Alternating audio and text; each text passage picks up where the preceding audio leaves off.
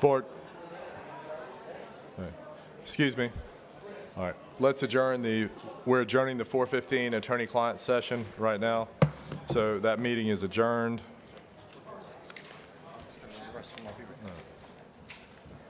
All right. Yep. All right. All right.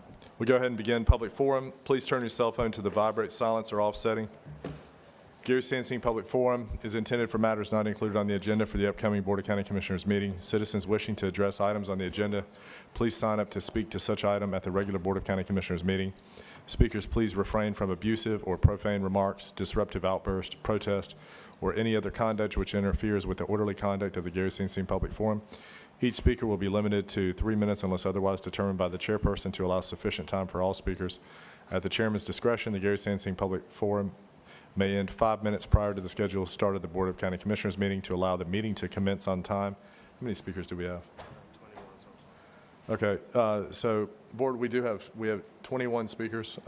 So we will go to 2 minutes. If we end up getting a lot more speakers, we will end up ending public forum 5 minutes prior to the scheduled time, so we can begin the 5:30 meeting on time. We have a very special proclamation to do at the beginning, and I'd rather not have those guests waiting for a long period of time. So all that we'll get at the end of the meeting, I would Yeah, assume? we'll do it at the end of the meeting if necessary. Hopefully people will be succinct with their time. And is this? Mr. Chairman? Do you have a list? Mr. Chairman? Yes. At Yes, the sir. beginning of the meeting, can we get a hurricane update? I know there's some citizens that have a concern about that. Yes, sir. First speaker is James Gully. Next speaker is going to be Cannon Boyles.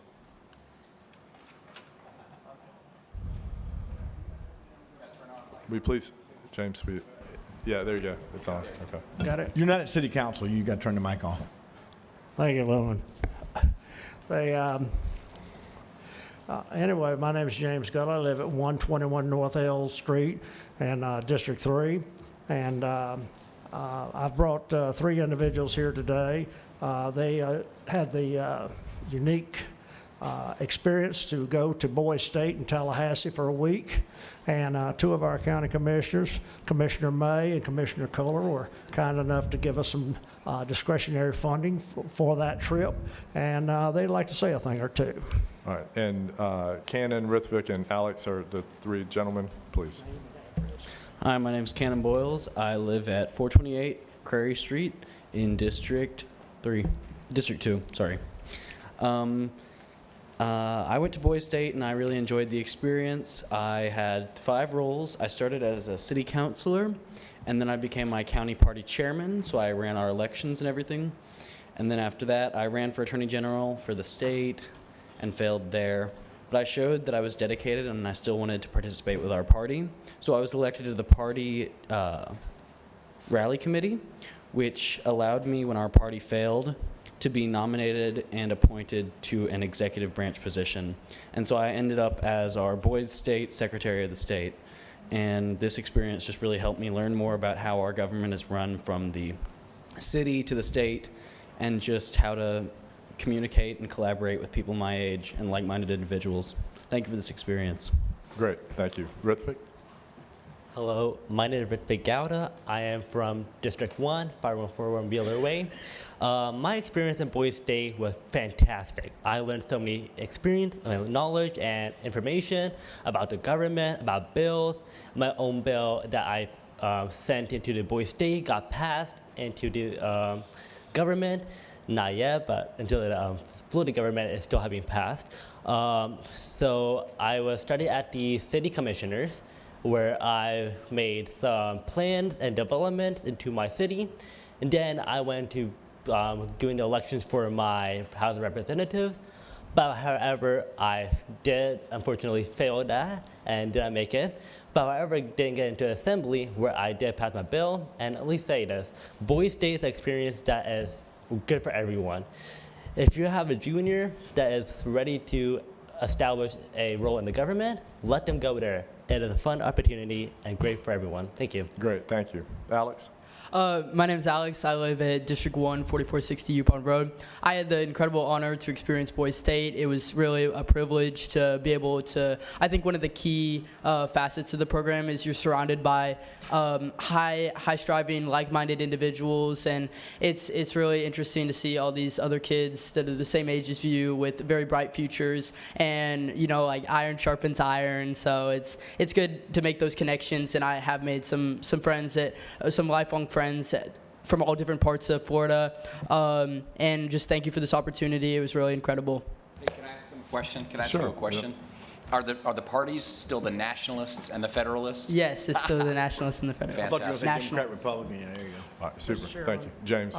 This might be too lengthy. We want to present to Commissioner May and also to Mr. Kohler a picture of the Okay, please. Boys State delegates Yeah. on the, Please, Could you come down? yeah, please make your way down and maybe have a picture with the young men as well, James, and that'd be great. If we could get somebody from CMR, I see somebody coming out. Thank you, Casey.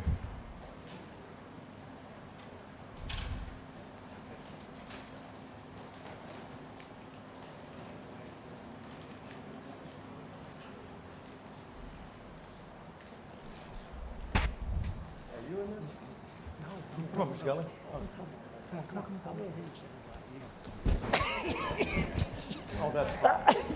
it is about shades, okay?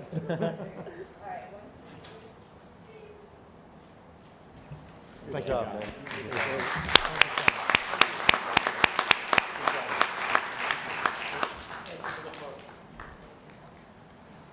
Great. Next speaker is Kim Hendricks, and Chris Kerb will be after that.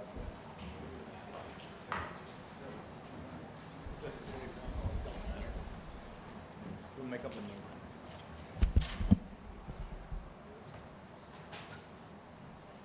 Please. Just waiting for them to sit, sorry.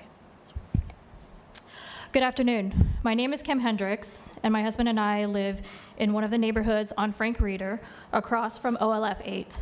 We have serious concerns about recent plans to build a warehouse in the next year on the northwest corner of OLF 8. There are hundreds of homes in the immediate vicinity, and with that comes families and children. In fact, there are so many children that Kingsfield Elementary must use 2 school buses just on the east end of Frank Reeder to get the kids to and from school. All of the school bus stops are along Frank Reeder, since that is the only road in and out off of Beulah. And that is exactly where the warehouse is going to go. With increased traffic and heavier vehicles associated with warehouse operations, it is unsafe for our children. They have already been close calls with our children nearly being hit by vehicles that fly down Frank Reeder. Imagine how that looks with delivery vehicles and traffic constantly coming in and out from that warehouse on a narrow road with no shoulder and barely any sidewalks. The current roads cannot handle the traffic as it is. The intersection of Frank Reeder and Beulah is treacherous, and the road itself is falling apart at that intersection. There are plans to widen the roads, but would that be done before this warehouse goes in October of next year? Not likely. Would a traffic light be added to Frank Reeder and Beulah by October of next year? No, those are years away. The current infrastructure cannot support this. Building this warehouse on OLF 8 is dangerous for Beulah families. I strongly urge you to consider alternative locations in the county that are central to transportation corridors and not in the middle of a residential area. Thank you. Thank you, Ms. Hendricks.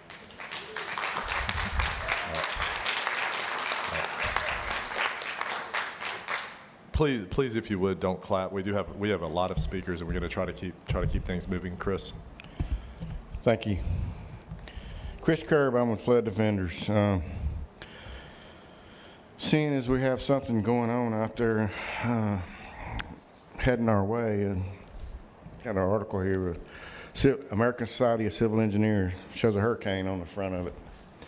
There's a couple of articles in here. One of them is Storm Ready Design.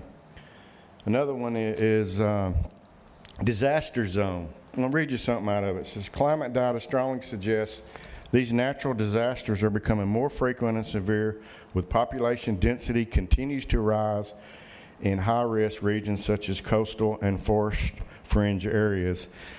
You know, a lot of doubters of climate change, but just to give you an example, June 16th of last year, we had 14 to 16 inches in 12 hours.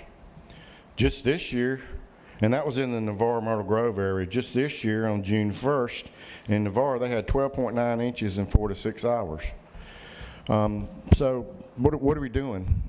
National Flood Insurance Program on smarts.gov. Give you some numbers here. Between 1980 and 2023, $719 million, basically $720 million for 11,772 claims. That's in Escambia County. In 2014, it was roughly $75 million, a little bit more for 1,311 claims. In 2020, it was $98 million for 1,941 claims. Well, that's the year we had Sally. So some of those might be storm surge. The thing about it is 40 to 50% of these major flood events are not actually in flood hazard zones. So what are we doing about the people that are not in those flood hazard zones, that do not pay flood insurance? Well, Santa Rosa County came up with something last week. They actually voted to buy 2 houses out with local funding. They put money aside. Chris, that's your time. Okay. Thank you. Next speaker is Grace McCaffrey, and followed by John Herron.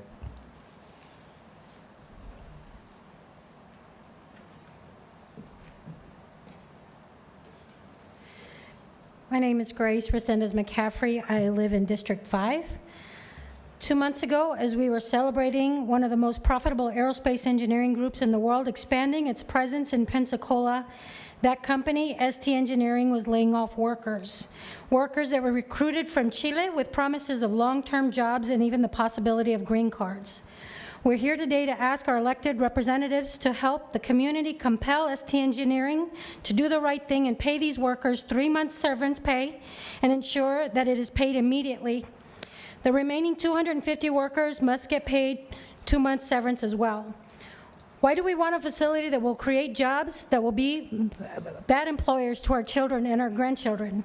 We've provided materials for you to see that the company has been deceitful, grossly underpaying highly trained, educated employees locally, less than half the national average in their field, and have abandoned foreign nationals whose visas they sponsor here and in Mobile. These workers invested their entire lives and their families' lives to become members of our Gulf Coast community. One former employee tells me that he owes more than $180,000 in loans and credit card debt to cover the cost of him moving his family here and moving them back with no home to return to. When the layoffs began in June, I immediately organized the following assistance from the community, assistance that ST Engineering should have done at the very least.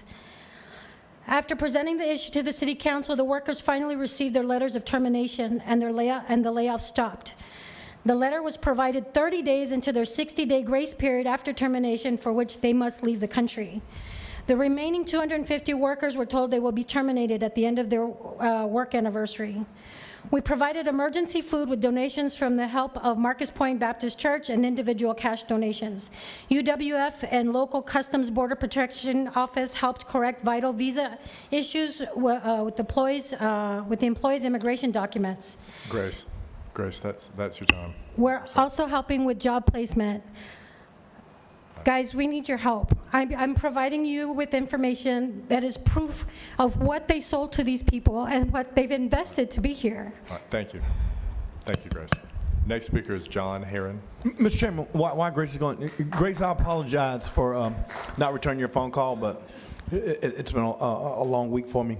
But I do see Rick Breyer here, and I certainly, when we supported ST Aerospace, it was for minority inclusion. Diversity, equity, inclusion, I know it's a bad word, but it's very important. And so Yes, you'll find my support, not only for what you're talking about, but unfortunately, local people in my community that look like me are not landing those jobs that are important. So thanks, Grace, I appreciate it. My kids have already left the community. If you guys know my story, I raised these kids by myself as a widow. Yeah. They're gone. Thanks, Grace. And kids in District 3 are not at the borderline, they're just at the poverty line. John. Hello, John Herron, District 4. I'm here to speak about ST Engineering as well. I say to the people here that lost their jobs, I'm sorry. Our community doesn't treat people like this. We don't treat workers like this. ST Engineering received hundreds of millions of dollars of public funded money at the end of the day. They received it to build their infrastructure dedicated to them and only them. And they went down to Chile, recruited people, promised them jobs, promised them a pathway to a green card. They tell us it was temporary jobs. We see slides that say otherwise. They come here, they go to work, they accept the jobs, and then a year later they're fired, kicked to the curb, left in immigration limbo. They did this to about 40 people. Okay, the only thing these people have in common is their national origin. We're better than that. Here are two documents. I want you each to have a copy. One's the Bureau of Labor Statistics that shows these people are paying right now 25% below national averages, probably more in some specialties. This shows ST Engineering's profits, $407 million last year. Okay, it's a 20% increase over the prior year. So they're not only worried about the profits, they're worried about increasing the profits. I've been in the industry for 40 years. I've never seen any work group in the aviation industry treated like this. And it's a real safety issue, because if they're going to do this with work rules with people, they're going to skip critical safety issues as well. And these are airplanes, very heavy airplanes, loaded with gas, flying over our homes. We should be concerned. Or do workers feel totally unable to bring up safety concerns that might increase the cost of the corporation? Probably not. Thank you very much for your time. Thank you. Next speaker is Diane Crummell. Mr. Chairman, and we got to go hastily, but I will tell you, I have the issues, quite frankly, because of the amount of public dollars that were put. And I'm very sympathetic to going over to Chile to getting people. But we set up funding for PSC, Washington High School. There are black and brown children in the urban core and inner city that are killing themselves that need opportunity. And I mean, to me, we have to make sure that we're inclusive, but unfortunately, black and brown children have been looked over for these jobs that they were intended for, and they don't get them. And so to me, I mean, I'll tell you, that's going to be a tough conversation and a hard lift for me to ever support anything else that doesn't bring about inclusion, particularly for local people. And then certainly if we didn't have the local talent, maybe go to Chile. But I can just tell you right here in this local community, children every day need a job. And that's why we voted on this, to make sure that those who are left out of the cycle had an opportunity. And there are black and brown children all over this community that would love to work at ST Aerospace. Thank you. Thank you. Diane. ST Engineering is a giant global corporation, and we funded their infrastructure through public money. Their hangars cost more than $200 million. This corporation's profit last year was $704 million, which is almost a 20% increase from the previous year. Rather than employ local workers, the company recruited workers from South America with promises of a green card and long-term employment. Many of these workers moved their families here. The national average for aerospace engineers is $36 an hour, yet this corporation hires these people paying them only $28 an hour. And then they turn around and fire them without cause and without notice a year later. This is a blatant example of corporate greed and total disregard for the lives of these workers. We don't treat workers like that in America, whether they be Pensacola residents or immigrants. We must do better. And if we don't, this giant corporation could be equally ruthless in how it treats Pensacola workers. I am asking the commissioners to do first, get the ST Engineering managers involved in this and have them come down to a commissioner meeting and have them respond to your questions. And maybe you should be asking of whether or not immigration laws are being violated here. Second, there must be transparency about how they treat workers and how they pay them. After all, we are funding their infrastructure. Third, ST Engineering reluctantly agreed to only a 7-year commitment for jobs. Why? Because they were getting funding up to a tune of $100 million. And I know that the city's in for it for $10 million, so is the county. These 45 workers deserve, at a bare minimum, a 3-month severance pay. And ST needs to accommodate and help these other workers that are supposedly going to lose their job. You, the commissioners, need to demand accountability and more transparency going forward. If you don't take action, you, the commissioners, you are actually enabling ST Engineering to continue to take advantage of and, yes, abuse these workers and Diane. any future workers. Diane, Do the thank you. right thing. Hold Thank ST accountable. Thank you. Next speaker is Roy Perry. And after Roy will be Zachary Campbell. Good afternoon. Good afternoon. I'm Roy Perry, and I live in Beulah. I would like to put a synopsis to what's happening in OLF and Beulah. Let's say we're building an airport with a big, beautiful terminal and plenty of parking. It gets built, and it's amazing. Traffic controllers get into the tower and online to start bringing in aircraft. They get to the top of the tower, and they realize the actual fly line hasn't been built yet. Planes are coming to land at the airport without a place to land. This is possibly what's happening to OLF and Beulah if you hurry to bring in $15 an hour jobs, warehouse jobs to us. It would make sense to me and others if you would build the infrastructure that would support the traffic before raising buildings first. Just to let you know about how we have concern when we have to trust our commissioners. Escambia has commissioners who have buddies running the race to spread out votes so they can win at 40%. If you have to manipulate the election and you only get 40% of the vote, you're not really representing many people. It's strange too when you add up all the when you add enough red tape requirements to get approval of a bid, then draw someone through months of negotiations when you know ultimately they can't pass all the red tape snares. But amazingly, after months of negotiation, we find good old boys here in Escambia County that often work with some of the commissioners who know how to that show them how to cross the T's, dot the I's, and fill in the lines just right. This and other things happen to make that trust tough. Thank you. Thank you. Next speaker is Zachary Campbell and then Cecilia Campbell.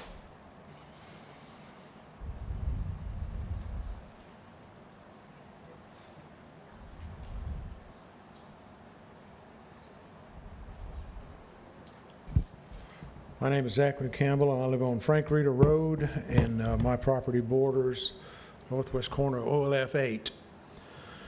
I can remember several years ago a presidential candidate said, anytime we have a meeting, going to have C-SPAN in there. And you'll be able to see what particular interests are involved and how the process works. And frankly, that should also apply, I think, here. We have a sunshine law in the state of Florida, and that's supposed to shine the light in political dealings. There appears to be an exception. Now, though, there's an exception in that allows politicians and power brokers to do business in the back room where the sun doesn't shine. There's a carve out there, I think, for our elected representatives and power brokers to withhold information from we the people. The case in point is this quote-unquote mystery corporation that's supposed to build what the best we can tell is a warehouse delivery system, big trucks, a lot of traffic, no infrastructure there yet. And one of the things we'd like to know is who's going to pay for that infrastructure. Is there some sort of special tax incentives for the mystery corporation to make us pay for it in such a hurry? And it's astounding to me that we allow our politicians, and they go along with it, to carve out their constituents out of the process. Mr. Chairman, if I might. Mr. Campbell, first of all, I know you guys had that meeting. I appreciate you inviting me, appreciate you letting me speak. A couple of things I just want to say up front, because I know there's a group of you here. I live there too. I'm not going to vote for anything that doesn't comport with the master plan. We know, we all went through that process. And I've said it at the meeting, I've written about it, I've even written an editorial for the News Journal. I'm not going to vote for anything that doesn't comport with the master plan. And what does that mean? That means if someone wants to build a one-story building that's 53 feet high. It doesn't comport with the master plan, and I'm not going to vote for it. I live there too. But here's the thing, we had a master plan. A lot of us worked hard to get a compromise we could live with. And then the legislature passed the Live Local Act, and we had to change some things because that would have opened up Pandora's box, and you'd have gigantic apartments on that thing, believe me, had we gone through. But I want everyone in the green shirts to know this. I've lived in that community 20 years. We're going to make Frank Reeder Road better. We're going to make Frank Reeder Road better. I'm not voting for anything that doesn't fit the master plan that we compromised and got. And number two, in case you guys don't know, in case the word hasn't got out, we got $240 million from Senator Broxson this year, this session.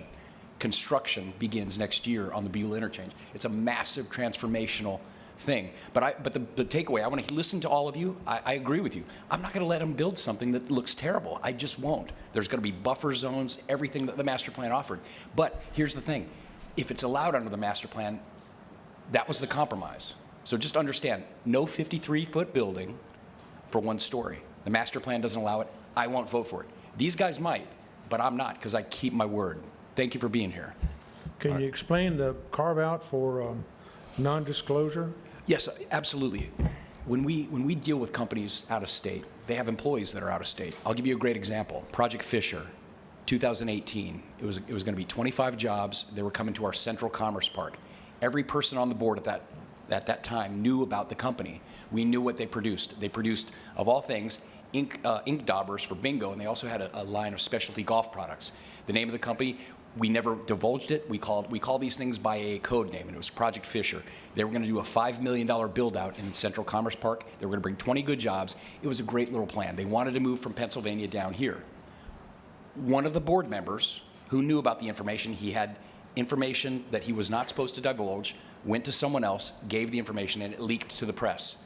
We got an angry phone call from that company, and the deal fell apart, and we looked ridiculous. Here's the thing. When you're dealing with these companies, it's in statute because companies, you have to have a non-disclosure agreement. Otherwise, they cannot bargain in good faith. I'll give you the greatest example in Pensacola-Escambia County history, and you all know about it. I know about it in Beulah. It was called Project Tucker. It was to bring Navy Federal Credit Union to Escambia County. We had that thing kept secret, locked up tight, because if we wouldn't have, we were in a pitched battle with Virginia. They would have got them. They would have got the whole thing. But we didn't. Everyone up here kept their mouths shut. We did the deal, and look what we got out of it. 10,000 jobs, $1.2 billion in the ground in capital investment. So, Mr. Campbell, I'm not going to do anything that's stodgy up there. I'm not going to vote for it. I won't. I live there too. We're going to get that infrastructure fixed, and we're going to bring in good jobs up there. But I'm not going to vote for anything that's not part of the master plan. That's all I can say. I've said it till I'm blue in the face. But I wanted you to know. But that's why we have to do NDAs. And at the end of it, after we do the deal or don't do the deal, it all becomes a public record. There's a certain expiration time, just like our shade meetings. At the end, when litigation is concluded, it all becomes a public record. Right, Madam Attorney? Madam Attorney? All of it becomes a public record. But that's the reason we have to keep it confidential. Mr. Campbell, if you might have a seat. Cecilia, you're the next speaker. Thank you. That's all right. And next speaker is going to be Mary Mungal.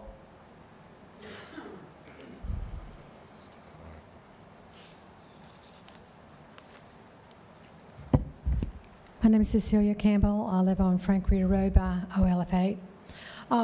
The thing that has been very disturbing to all of us is that we've lost a lot of confidence in the way things have changed from what we originally thought they would be. We really did have great confidence that we were going to follow the master plan design and that we were starting down at 9 Mile Road and moving northward, and that by developing, that would bring more jobs, residential was going to be different, and that the last portions developed would be, by everyone's understanding, would then, now even had it divided out, which portion was going to go first with a light industrial.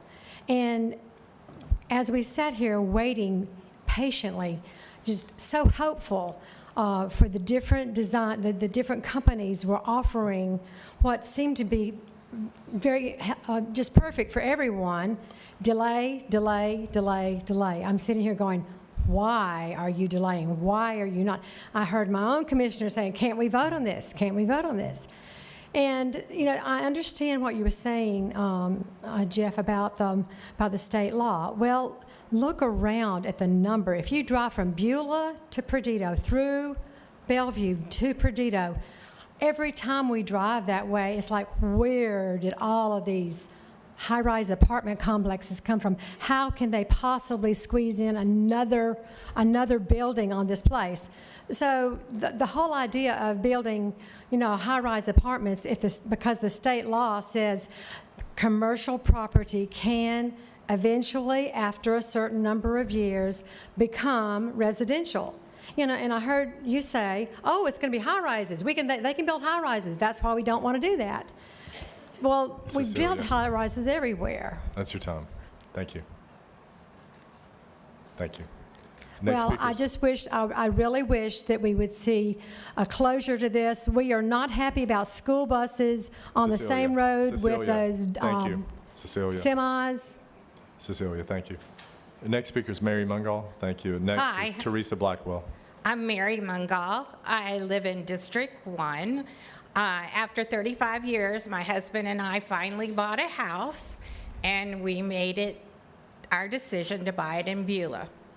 Beulah is a beautiful place when we got there. It's changed quite a bit since 2013, and not exactly what I had in mind, but I will have to say I do draw the line when we're talking about warehouse. I live right off Beulah Road, right off Frank Reeder, the opposite way from the warehouse, but one street on Ellerell Drive. I can hear the interstate from my bedroom window, which I used to not be able to hear because the trees have come down and the houses have gone in. Okay, but I draw the line in the sand. If there's going to be a warehouse, you're not going to have a happy camper. Okay, thank you very much. Thank you. Next speaker is Teresa Blackwell, followed by Peter Bolton. Good evening. Teresa Blackwell. I live in Beulah. I had a speech written, and I had to totally change it because I talked with Marina Curry this afternoon, and her reaction to the idea of warehouses on OLF 8, she was incredulous. She said a distribution warehouse would violate the whole intent of light industrial. Light industrial is supposed to contain everything within those walls. Trucks are not contained. Trucks have noise, they give out pollution, they will disturb the neighborhood. That is not light industrial. So that right there violates our master plan. The second thing it violates is the phasing, which is laid out in regulating plans in the master plan. The phasing is supposed to start down next to Navy Federal, toward the middle of the site, next to Navy Federal. And so sticking something up in the northwest corner, that is against the plan. The whole intent with this parcel was to create higher paying jobs. Warehouse jobs are not higher paying jobs. They would not meet the requirements of the Triumph grant. It would not be transformational, except in a bad way for this neighborhood. It will devalue everything around it. I had someone telling me a couple days ago, she lives in Daniel Grove, a really nice neighborhood, and she said, I'm thinking I need to leave. I'm really afraid. She's actually here tonight. And I don't blame her. I would be very afraid. Marina was, what is the motivation? Why would you even think about building warehouses on OLF 8? If you insist on doing that, she said at the least it would need to be next to Navy Federal and highly buffered, and their exit would be limited to 9 Mile Road. Teresa, that's your time. Thank you. And also, just my last thing, OLF 8 is the project of the century for this county, and you have no idea the actual value of the land or how to go about getting it developed. Teresa, thank you. So bring back Peter Bizzelli. Thank you. Next speaker is Peter Bolton. Please don't applaud. We have a lot of speakers. We're trying to be respectful of everyone. Next speaker is Peter Bolton. After Peter is Matt O'Brien. Hi, my name is Peter Bolton. I live in Beulah. And just Just listening to what's been said up till now, we have multiple school buses dedicated to a single road we're about to put 18-wheelers on? That's ridiculous. There should be schools on that property. With the residential growth, it just doesn't make sense. I've seen what's happened to 2018, and in 2018 is when the master plan was developed, if I'm not mistaken. It's time to reevaluate it and maybe make a new one.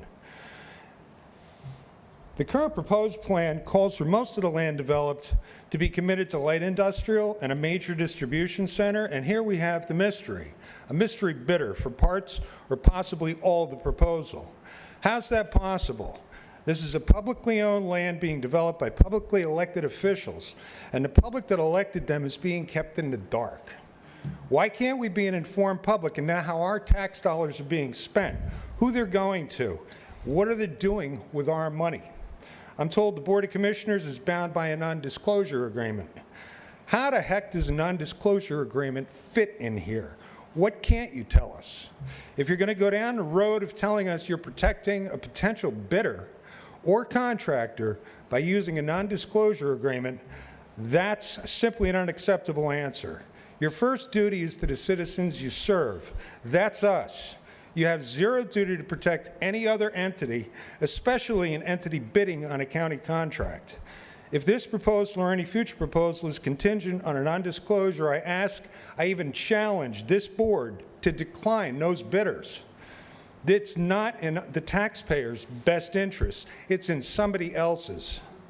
The question you have to ask is whose best interest does a mystery agreement serve? It can't be the taxpayer because we're in the dark by design. Every agreement takes at least two parties. Right. Mr. Bolton. So who are the other bidders? Thank you. And my 2 minutes are up? Yes, sir. Yes, sir. Boy, we have a lot more to say tonight, but you are certainly not willing to listen to us. Thank you, Mr. I know Bolton. we're limited by time, but Thank you, Mr. it's Bolton. not fair to us.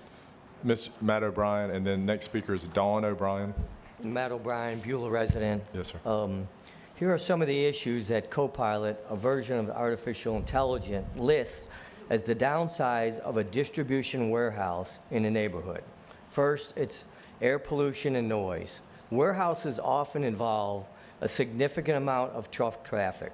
These freight trucks emit air pollutants, contributing to poor air quality in the vicinity. Residents near warehouses may experience increased exposure to diesel exhaust and other harmful substances. The constant movement of trucks and vans can also lead to noise pollution. Imagine the rumbling of engines, the beeping of reversing vehicles, and the general hustle and bustle, especially in the warehouse operates area around the clock. Second, traffic congestion, which is already a problem in Beulah. Warehouses attract a steady stream of delivery trucks, which can congest local roads. Increased traffic can lead to longer commute times, road congestion, and potential safety hazards. Residential streets may suddenly bear the weight of heavy vehicles, causing wear and tear on pavement and infrastructure. And third, the quality of life impact. Neighborhoods near warehouses may experiencing disruption to their daily lives. Children walking or biking to school might face more dangerous streets due to increased truck traffic. Noise levels can affect residents, their well-being, making it harder to relax or concentrate. Imagine trying to enjoy a peaceful afternoon with the constant hum of delivery trucks in the background. This is not what these people from Beulah want. All right. Thank you, Mr. O'Brien. Dawn O'Brien, and next speaker is Melissa Culbertson Brown. My name is Dawn O'Brien. I'm, of course, live in the Beulah area. While distribution warehouses play a crucial role in our economy, their presence can significantly affect the quality of life for nearby residents. Copilot, a version of artificial intelligence, wrote, tax incentives and subsidies. Some companies receive tax incentives to build warehouses in specific areas. While these incentives aim to boost local economies, they can inadvertently harm the very communities they're meant to benefit. Essentially, neighborhoods end up subsidizing the negative effects of warehouses through tax breaks given to the companies. Physical damage to homes, heavy trucks navigating residential streets can cause physical damage to adjacent homes. Vibrations from large vehicles passing by may lead to cracks in walls or foundations. Land use and aesthetics, warehouses occupy large tracts of land, altering the landscape. Green spaces or community amenities may be replaced by industrial structures. The visual impact of warehouses, often large, boxy buildings, can change the character of a neighborhood. Property values. Also, a local residential real estate agent said all these drawbacks could lower property values. And of course, we don't want that, at all. So we really hope you reconsider this and listen to the people of the Beulah area. Thank you. Thank you, Dawn. Next speaker is Melissa Culbertson Brown, followed by Greg Worley. Good afternoon, gentlemen, ladies and gentlemen, I'm sorry. I do have notes, but they just pretty much repeat what everybody else has been telling you, so I'm not going to bore you with that. I'm going to come to you on a more personal level. I'm not the kind of person that's going to stand and fight you over every blade of grass on Olaf 8. One citizen of Escambia County, it would be very selfish of me to try to tell you what to put and where to put. I will tell you that this crutch represents what 18-wheelers in the wrong place will do to human life. I've spent the last 34 years depending on a crutch, 2 crutches, sometimes a walker, to get by because the cart came before the horse. I was doing 35 miles an hour when I was hit by an 18-wheeler in a similar situation we're talking about. I hope that you will take into consideration human safety, human lives. This could have been your wife. This could have been your daughter. This could have been anyone in your family that's fought to stay on their own 2 feet because of an ill-placed 18-wheeler. I have no problems with 18-wheelers. The backside of my property was bought by the state to put in the new way station. Those 18-wheelers don't bother me in the least. They are on roads that were built for what they do. They're in an area that we respect as 18-wheelers, have heavy things on them and they can't stop in time and stuff like that. Those 18-wheelers don't bother me in the least. Our road is barely a 2-lane road. It doesn't even constitute having a yellow line down it. 2 school buses can't pass at the same time. We don't have a shoulder, and our sidewalks are sidewalks to nowhere. It's hilarious. You can walk on a sidewalk for a little while, but then you have to get back out on the road. Gentlemen, I'm not telling you I'm against light industrial. I would prefer not to have apartment complexes in my front door. However, I do really beg you to take into consideration that these trucks are dangerous on residential roads. They truly are. Thank you. Thank you. Next speaker is Greg Worley, followed by Kathy Rushing.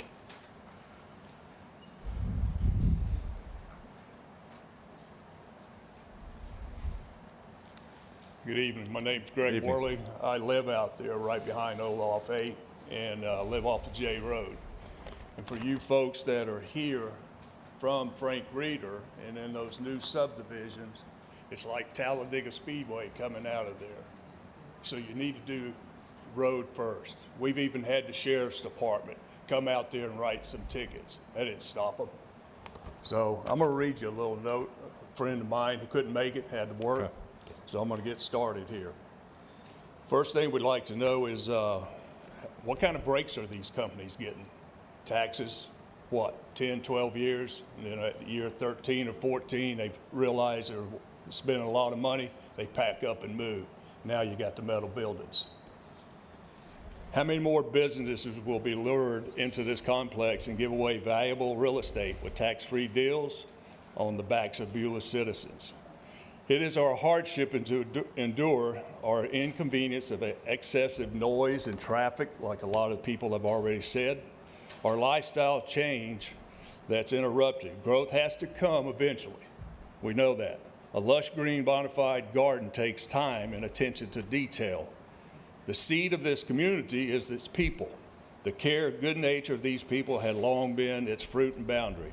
If you continue to allow weeds to grow in your garden by giving away your valuable garden soil space, soon enough the weeds will take over and your most treasured seed will be lost.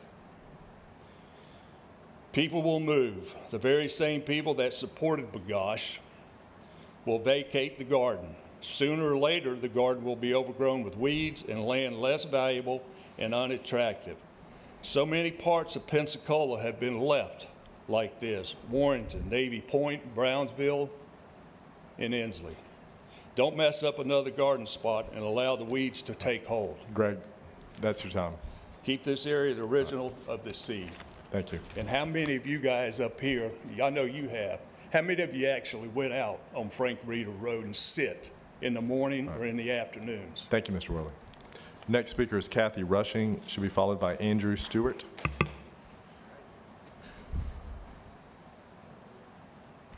Well, gentlemen, y'all got a real big problem with this, but here is to tell you thank you. My road department in District 2 fixed my problem, and I am very grateful, and I'm coming to say thank you. That's all. Thank you. Kathy, would you like extra time? You're welcome to. You can have longer if you'd like. Andrew Stewart will be followed by Cheryl Golden. Good evening. Evening. Andrew Stewart, I live in District 1. A lot of the topics that I had have already been covered, so I'm going to just briefly go over a couple of those. But I'd like to start off, though, on non-disclosure agreements. These are not forced upon people. They're always a choice. Usually, an NDA is made with some sort of benefit to the person signing the agreement. The commissioners, by signing the NDA for the Dynamo project, made a conscious decision to keep the details of Project Dynamo secret from the people who elected them to their positions as commissioners. The phrase, "Trust me, you will like the decision I am making on your behalf," is not one that many of us would be comfortable with in everyday life. And yet you're asking us to be comfortable with that comment today. Mr. Bagash, you spoke about the fact that you're going to follow the master plan, and then you amplify that by showing the fact that you're going to stick to a design that says no more than 58 feet for a single-story building, no more than 23. Well, I apologize for this analogy, but that sounds a lot like Bill Clinton saying that I did not have sex with that woman.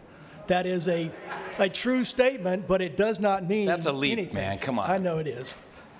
But the point of the matter is, just you are hiding behind a statement saying you're going to follow the master plan, but the master plan also talked about following a phased approach for the industrial. You're not following that yet. You're concerned. You're telling us, but I'm not going to vote for these other things. Tell me that you're not going to vote for trucks on the roads that are of concern to the people behind me, and then I will believe that statement, sir.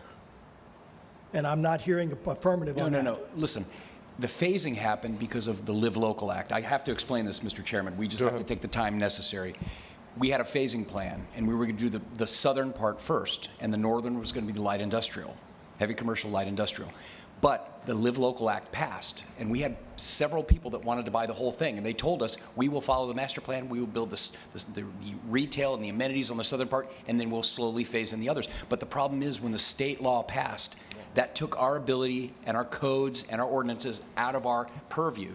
Under that law, any commercial property, which was the entire northern part of that parcel, if we would have sold it to these guys, they could have turned around, not even come to the zoning and planning department, and started building high-density residential. One thing I know from living in Beulah is people didn't want any more residential. They didn't want it on the field. That's why I fought so hard to have no residential on there. So that's the reason the phasing had to change. We've had 10 different offers on that property, 10. We've got another guy reworking it. How come it hasn't sold? Because I'm sticking with the master plan. Every one of these buyers, the first thing they come in and say is, well, we can't do this, we can't do that, the master plan's too tough. That's why we haven't sold it. We're working with people that are going to come very, very close, and it's coming. But the phasing, that was not some nefarious plan. That was the state legislature. And by the way, Representative Andrade said this term, they're going to rework that because it's been problematic throughout the state. You've got areas in Dade County where it's a commercial area and suddenly they're building a high-rise because they could, and Miami-Dade County couldn't do anything about it. So if we would have sold that property, I can guarantee you'd be here in the green shirt saying, Bagash, why'd you sell it? Because now I've got 5, 6, 7-story buildings on the end of Frank Reeder in front of my house. That would have been a disaster. We didn't do it because we were protecting. That's why, and that's my answer. All right, thank you, Mr. Stewart. It's all true. Fact check it. That was your time as well. Well, he took my time. You Is that what I'm had hearing? 5 seconds left, Mr. Stewart, but Jobs as a justification, I'm sorry that Commissioner May is not here. Jobs as a justification makes no sense to me whatsoever. All right, We have thank you. plenty of jobs because we have thousands of people that have moved into this area along the roads in question. thank you, Mr. Stewart. Cheryl Golden and Kathleen Lawson will be next. Bring it on down here for Shorty. I want to thank each and every one of you for being here this evening. I also want to remind you, you are politicians all the way up to time that it's time for us to throw our vote, and then you're supposed to become leaders. I want to thank Jeff for being the one that actually addressed everybody. I am here from Beulah. I agree with all that, but what I'm concerned about right now is Swanee Road, the development, the houses that are coming in. We built a question center in 2002, 1.6 miles from my barn. We have Perdita Water Management that has state property for some trail rides. Now we're just inundated with residential cookie cutter homes. One of my horses passed away, and the gentleman that built Sandwood came over and buried him for me. Built a house in 23 days, guys. Would y'all like to live in a house that was built in 23 days in the middle of a rainstorm?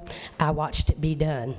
This is becoming ridiculous. These same houses sold for $300,000. 2 months later, they're running to sell for $200,000. Wonder how the folks that paid $300,000 are feeling that anybody else that moves in can get them for $200,000. Beulah, I've lived out here my entire life, born and raised since 1968. People came out here because it's country. There are probably over 100 horses that live in the Beulah area just from Rebel Road to Bridlewood to 9 Mile Road to Frank Reeder. I've had 2 horses killed since these transplants have moved out here and all these neighborhoods have come up. People drive up and down Bridlewood like it's Five Flags Speedway. A man's dog got killed. The dog got back broke, went all the way to the house. The man buried the dog, put out signs the next day, please watch out for kids and dogs.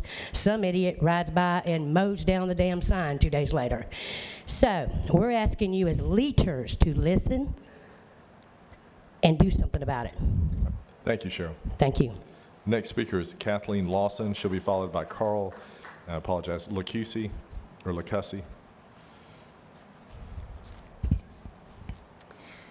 Good afternoon, council members. My name is Kathleen Lawson, and thank y'all for taking the time to understand our concerns on the same topic as Swanee Lane. 10 years ago, I bought a home, my retirement home in Escambia County in District 2. Like many other homeowners, I've invested my life earnings in Escambia County for its equestrian-friendly areas, of which we are losing acre by acre to development. For 20 years, Horse Rides of Pensacola played a vital part in many of our citizens' lives.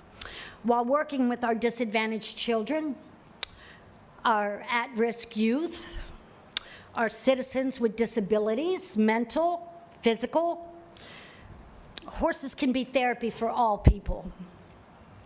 This particular piece of property directly across from the Horse Rides of Pensacola on Swanee does not have the infrastructure to support another subdivision, as there's been 3 entire neighborhoods built off of Swanee in the past 2 years.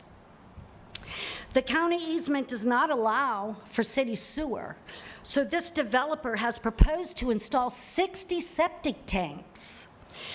That would make Escambia County's environmental development backwards. That can't be on the master plan. Also, the mention of 3 vehicles per home would be 180 vehicles driving in and out of this one driveway directly across from the barn and arena of Horse Rides of Pensacola. So we ask and pray you, the council, to help us reject the plans for development of this particular subdivision on Swanee Lane and the development of that warehouse, for God's sake. People moved out to the country for country. That's your time, Kathleen. Thank you. Thank you. Next speaker is Carl Lacusi, followed by Joe Culbertson. or Lacussy, I apologize. I'm not especially, But that's okay. I'm not especially cultured, I don't Sorry, suppose. Carl Legassi. No, okay. I'm going to speak on the same issue, the OLF 8. I'm born and raised in the Bellevue-Beulah area. I don't know if any of you ever been out there. It's beautiful country. It was horse country. And I remember in high school, we all talked about Beulah's going to be developed. In high school, we knew it. We knew you were going to, we had to move west and north. We knew that. Along comes Navy Federal. Oh my goodness. Navy Federal. Thank you. Navy Federal did what they said they would do. They came into the 4-H, Matt Langley Bell 4-H, and they built a facility that fits right into Beulah. Now, the lane, 9 Mile Road, wasn't 4-lane yet, but now it is. I don't know about a master plan. I don't. And I don't know the legality of it. But I remember about a year ago, we had a non-binding vote on the people of Beulah, and we wanted a town center. That's what come out, a town center. Guys, you have an opportunity to have people come off that interstate, go by this beautiful facility of Navy Federal, all the developments going up, and a town center where people can walk, eat, shop, maybe some businesses also, but it can be beautiful. Or, we can go the other way and put a distribution center with 18-wheelers running up Frank Ruder Road, which I can't imagine, guys. That makes no sense. You got to go out there. All the residents, the neighborhoods, it's outrageous. There's so many neighborhoods out there, which is fine. But to throw 18-wheelers up and down Frank Ruder Road, down Miss Culberson's in front of you, I can't imagine that. All right, that's your time, sir. Thank you very Thank much. you. Yep. Joe Culbertson and then Marcella Ryan. Thank you. Yep. I'd like to start off by saying to the folks from Chile, that doesn't sound like the America that I grew up in. And it damn straight the America I served. My name's Joe Culberson. I live on Frank Ruder Road. Commissioner May, this week you talked about community involvement on the television, getting the community together and bringing people together. That's why I'm here tonight. I don't have a whole lot to lose in this whole F8 deal. I really don't. Much like Commissioner Burgash, I live in Beulah. We've been out there since 1970, but I'm removed. When you turned off Frank Ruder Road, it's 3/8 of a mile to get to my house, okay? The Campbells are the reason I'm here tonight. These are people that I respect and admire. I grew up with these folks. These are good people. These are my neighbors. CC taught in the public schools. Zach, I know as Steve, climbed every utility pole probably in Escambia County, especially after the storms come through, making sure people had what they needed to continue their lives. They spent their entire lives working to support this community. If the Campbells weren't at work or tending to their own family, they were at the church serving the community.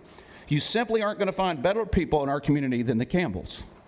Now in their retirement, instead of being able to relax and enjoy their retirement life, they're fighting for their way of life. The Mammoth Project Dynamo Distribution Center will sit directly adjacent to their property, which is not at all what any of us discussed during the master plan meetings. When you couple this with the fact that they're already having to sacrifice acreage and the heritage oaks on the front of their property for Frank Ruder Road widening project, they're really taking a beating. And in good conscience, I couldn't sit by and watch that happen to my neighbor. Much like Navy Federal, OLF8 has the potential to do a lot of great things for our community. No doubt about it. But all of it could easily go out the window if we're not careful. We need to hold to the master plan. We need to provide the adequate infrastructure, scrutinize the opportunities that are presented to us, and not get ahead of ourselves. Joe, that's your time. One last statement. All right, thank you. It's like the old parable of the goose that laid the golden egg. There are a lot of golden eggs to be had out on that field. There's a win in that field for everybody. We got to stop looking for goose recipes to cook the damn goose. Let's look for ways to sell the eggs, guys. Thank you, Mr. Brown. Marcella. Next speaker will be Sarah Gibson. We don't have any restaurants in Beulah. We have all these people The warehouse, I just found out about this, but we don't need a warehouse in Beulah. We've got car washes, we've got storage units, we've got all kinds of new subdivisions, which is great. I'm all for progress. In fact, we'd rather have residential homes in there rather than a warehouse. That's not gonna, bring our value of our property down. But if you're gonna put a warehouse there, I would suggest putting it on the south side, maybe across from Nature Trail. And that way, we wouldn't have to deal with the trucks.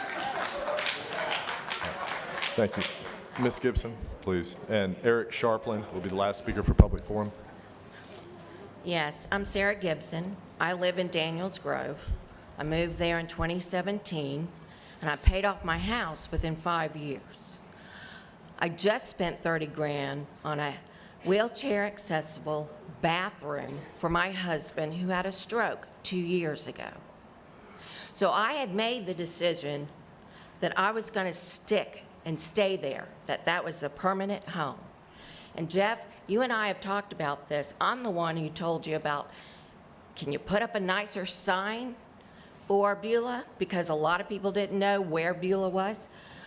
My frustration is that when I die in that house, and y'all put a damn warehouse over there, okay? And my daughter inherits that house, she's not gonna get anywhere close to what that house is worth and should be worth. So in my point of view, why the hell do that? I know that I don't want to be the people that own the house right behind Sam's across from Washington High. I don't want that. I moved out to Beulah because I couldn't find anything to live in Pensacola. So Jeff, I want to know what's going to happen. And will you please do that damn sign? I'm working on the sign. It's coming. But what's going to happen is we're going to follow the master plan, and you're going to see I'm not going to build anything. For my vote, look, I'm one guy of 5 after the election. I'm not going to vote for it. I'm not going to vote for anything that doesn't comport to the master plan. 23 feet, not 55 feet. Just remember that. 23 feet, not 55 feet with full setbacks. And that pretty much guarantees for my vote that they're not coming. And the same company is looking at other property. This is one of many properties they're looking at. So I know everyone's upset. I am too. This would not have been the first company I chose. It wouldn't have been. But it's a great company, and it is a great opportunity. I only wish I could tell you who they are. But know this, there's 2 companies behind them that are fantastic. It's moving, and it's coming, and you guys are going to love it. But here's the thing. We are going to follow that master plan. I'm not going to allow them to build. That's why we've had 10 offers. It hasn't happened. Every one of these people that wanted to do the southern half, the first thing they say is, we can't do the master plan. But you know what I tell them? I'm not voting for it if it doesn't, because that was the deal. I wanted one thing, the community wanted another. We came together with a compromise. The phasing plan got blown out with the Live Local Act. Everyone understands that. Fact check me. I'll have to look that up. Look that up. Ms. Gibson, you have about 35 seconds. I'm sorry, I didn't mean to, but you asked me. Does anyone else care, even though you're not in the same district as we are? Do y'all care about the homeowners and the values of their homes? Because I bet every single one of you would not want this if you were living near it. I can pretty much guarantee you wouldn't. And I just want to know that everybody gives a damn. All right. Thank you, Ms. Gibson. Thank you. Yep.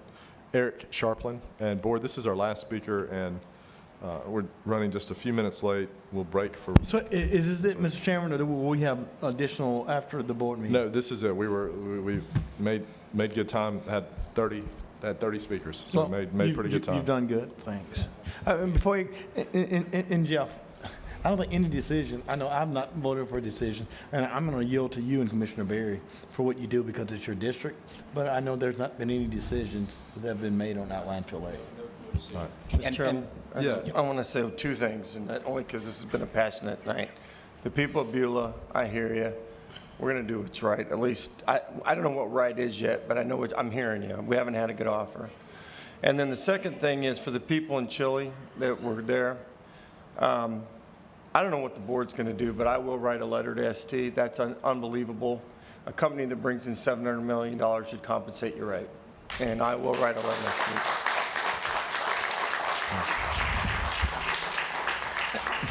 And Commissioner Kohler and Stephen, I know we got to hastily move. And so, I hope you write this letter. But I certainly hope that you recognize that when we implemented these dollars, it was about diversity, equity, inclusion. It was about providing jobs for the least of them.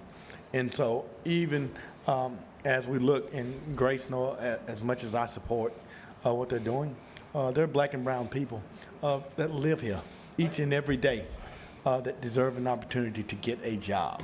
And so that's Commissioner May, I totally agree with that. These are people that are there being displaced. I just don't think it's right. I have no problem with the diversity there. No, absolutely, no. Eric. Thank you. Good evening, Mr. Chairman. Eric Sharpland, 318 Garfield Drive. I just wanted to come down tonight. I've been on next door. I see that there's somebody on there who you know who was involved with the text thing. They just love putting pictures up of the News Journal. And the one that really got me was there was one on there with you and Oscar in a garbage can, but then That was my favorite one. But then the one that really ticked me off is you have done so much for beach access. And they put your towel down, a Confederate flag.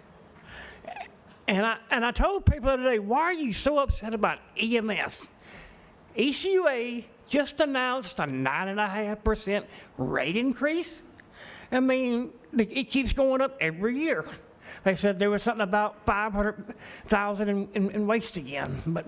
But yeah, I really enjoyed your debate with Michael Jones and Jesse Casey. It's sad that the other person couldn't make it or wouldn't show up, but I very much enjoyed watching y'all because y'all seemed like y'all had a great debate that night. And hopefully pretty soon, this county will have the election and we can all come together again. But anyway, Mr. Chairman, I appreciate your time. Thank you, Eric. Public forum is adjourned. We will reconvene at 5:45, so 7 minutes, and won't take too long a break. Thank you.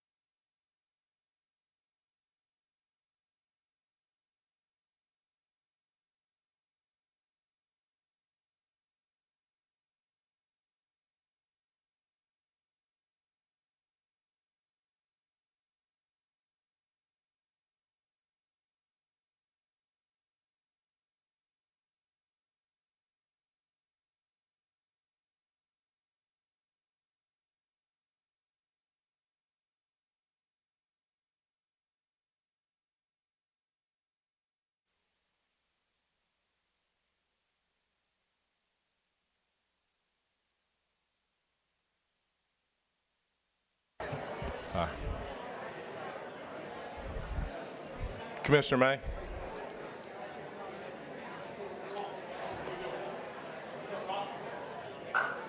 Jeff. You see Jeff?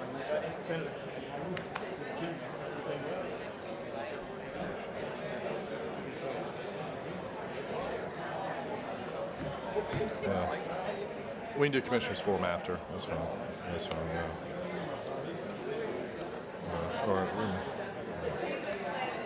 Sit over here. Sit over here.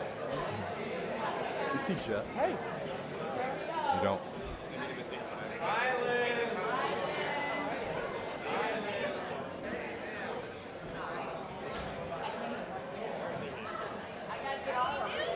Oh, okay. All right.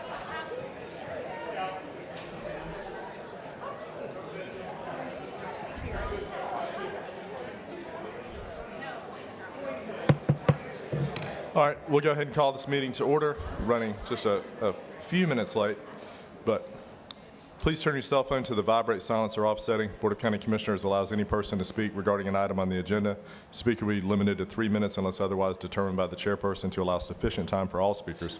Speakers, please refrain from abusive or profane remarks, disruptive outbursts, protest, or any other conduct which interferes with the orderly conduct of the meeting. Upon completion of the public comment period, discussion will be limited to board members and questions raised by the board. For the invocation this evening, Commissioner May. Thank you, Mr. Chairman, and what an honor to introduce the associate pastor of Allen Chapel AME. She and I were together all weekend. She lives in Wedgwood. She does a lot with the Wedgwood Community Center, and unfortunately, we had some tragedy in that community, but she stood tall, and she's such a woman of God. Please welcome Pastor Carrie Brown. Pastor Brown. All right. Thank you. If you might please rise.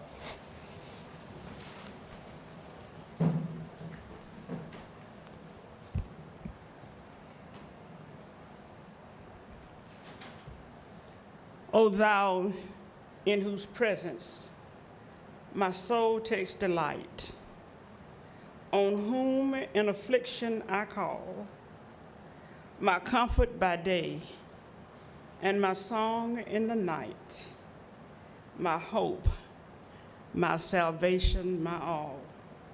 Let us pray. Dear Heavenly Father, we come now at this hour boldly before your throne of grace and mercy. We come, Father, giving you honor, we give you glory, and we give you praise. We worship you because you are the great I am. You are the Lord of Lords and the God of God.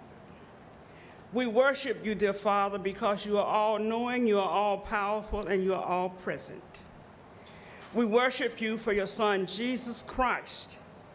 We worship you for the abiding presence of your Holy Spirit. And we worship you for the abiding presence of your holy angels who keep watch over us day and night, surrounding us and protecting us from all hurt, harm, and dangers, seen and unseen, in our rising up, our getting out and going out and coming in each night. We thank you, Father, for the prayers of your Holy Spirit who prays for us with groanings that cannot be uttered because we don't know how to pray as we ought. And we thank you, Jesus, because you know the mind of the Spirit and you intercede to the Father for us. And now, Father, as we enter into this county commissioners meeting, we pray that you will crown each commissioner's head with your wisdom, with your knowledge, and with your understanding.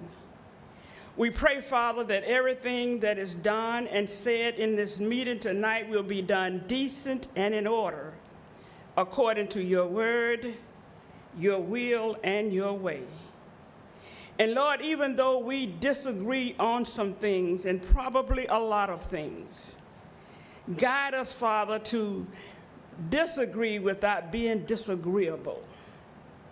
Thank you, Father, for blessing those who have been elected over us and crown their heads with your wisdom and knowledge and understanding to govern the people, not just some of the people, but all of the people with the interest that you would have them to have in us, in our communities, no matter where we live. Guide them, Father, to be truth and to be true about their promises, and not just to promise and say things that they think the people will want to hear. Guide them, Lord, to be the leaders that they have been elected to be, the leaders that you have allowed them to be elected to be, Lord God, of your people. We pray for your people everywhere in this whole world. And we thank you that you love us all the same. And you don't have any difference in us, no matter what color we are, no matter what nationality we are, where we live, and definitely not what denomination or church we belong to. We thank you, Father, for blessing us to have come here safe and sound. And we thank you for guiding us safely home. Bless this meeting, Lord.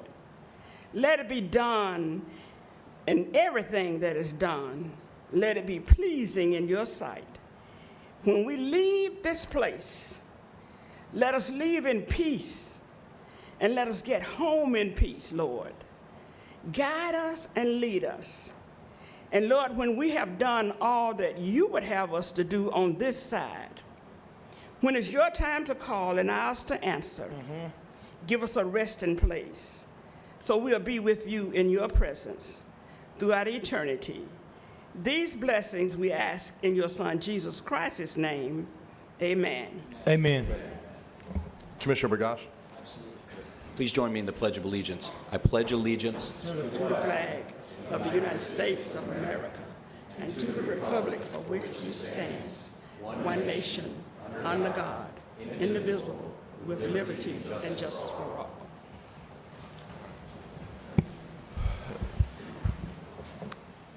all. Any items to be added to the agenda, Madam Council? None. Commissioner May? No, sir, Mr. Chairman. Commissioner Nothing Bergosh? from, nothing from me. Commissioner Kohler? All right, thank you. I had two. I believe they've been distributed, so they're now part of the agenda. Thank you. Mr. Administrator? I have none. All right, thank you. Commissioners, if there's not objection, then if you didn't mind, what do you think about taking proclamations first, and then we'll do Commissioners Forum after those? Absolutely. Entertain a motion for the So moved, proclamation. Mr. Chairman. Second. Please move. All in favor? Please vote. The proclamations A through G pass 4-0. First one is going to be adopting the proclamation honoring and congratulating Senator Doug Broxson on his 14 years of dedicated service representing citizens of Escambia, Santa Rosa, and Okaloosa counties in the Florida legislature. And next will be congratulating our Employee of the Month. But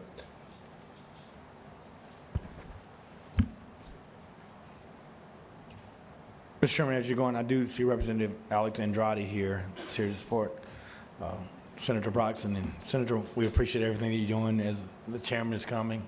And I don't know how you brought Collier Merrill. I don't know why he would sit on the front row. I thought he'd at least be in the back. well, he didn't have him. He didn't have him in the back with him, so he didn't make that threshold. But yeah, certainly want to recognize Representative Maney as well as Representative Andrade, and thank y'all for making the trip. Senator Broxson, if you might come up with me for a moment. I guess the microphone's on this side, so I'll stand here, and then after we read this, you'll have the podium for as long as you'd like, and maybe we get everybody to come down and have a picture. That sound all right? Fantastic. And for the record, this is the peak part of the day. So it's been here. This is the peak, and then we'll see how it goes from here for at least on our side of the table. So, whereas on March 10, 1949, Bart and Annie Broxson welcomed their 11th and youngest child, Douglas Vaughn Broxson, to the family. He was born at the Old Sacred Heart Hospital in Pensacola, Florida. Grew up in Milton, where he played football at Milton High School and was a graduate of the 1967 class of Milton. After high school, Doug attended Evangel University in Springfield, Missouri, where he played baseball. He met and married his wife, Mary Bernard, and graduated in 1971. After college, Doug and Mary moved back to Santa Rosa County, where they would raise 4 children and 12 grandchildren, while Doug built a successful career in real estate and property insurance sales and investments. On November 2nd, 2010, the citizens of Escambia and Santa Rosa counties elected Douglas Doug Broxson to represent in the Florida House of Representatives District 1. Representative Broxson was subsequently reelected by the citizens in November 2012 and November 2014 where he continued to serve until November 8, 2016, when he was elected to the Florida Senate, District 1, by the citizens of Escambia, Santa Rosa, and a portion of Okaloosa County. Senator Broxson was successfully reelected to the Florida Senate in November 2020 and November 2022. During Senator Broxson's tenure in the Florida Senate, he served as chairman of the Full Appropriations Committee, chairman of the Education Appropriations Committee, chairman of the Banking and Insurance Committee, and while in the Florida House of Representatives, he served on numerous committees, including the Finance and Tax Committee, Insurance and Banking Subcommittee, and Transportation and Economic Development Appropriations Subcommittee. Senator Broxson was instrumental in having the state fund the new General Chappie James Bridge that connects Escambia and Santa Rosa counties.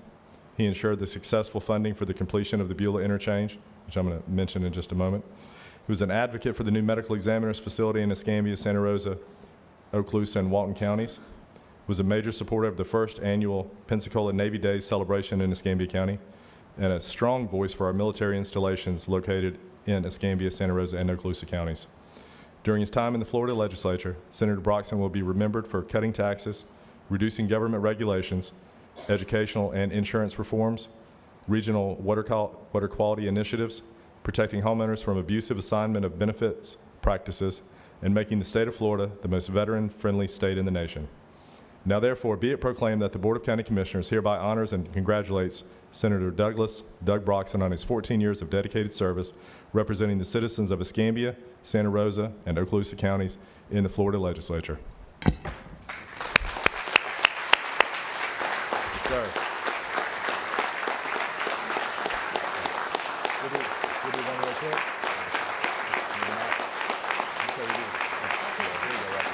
We'll do one real quick and we'll get everybody back.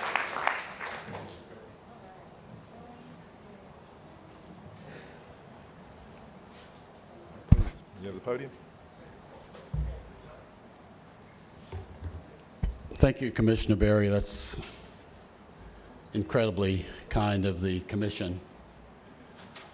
I do want to have my family stand up, my wife Mary and three of my 4 kids, and no grandkids. They weren't invited.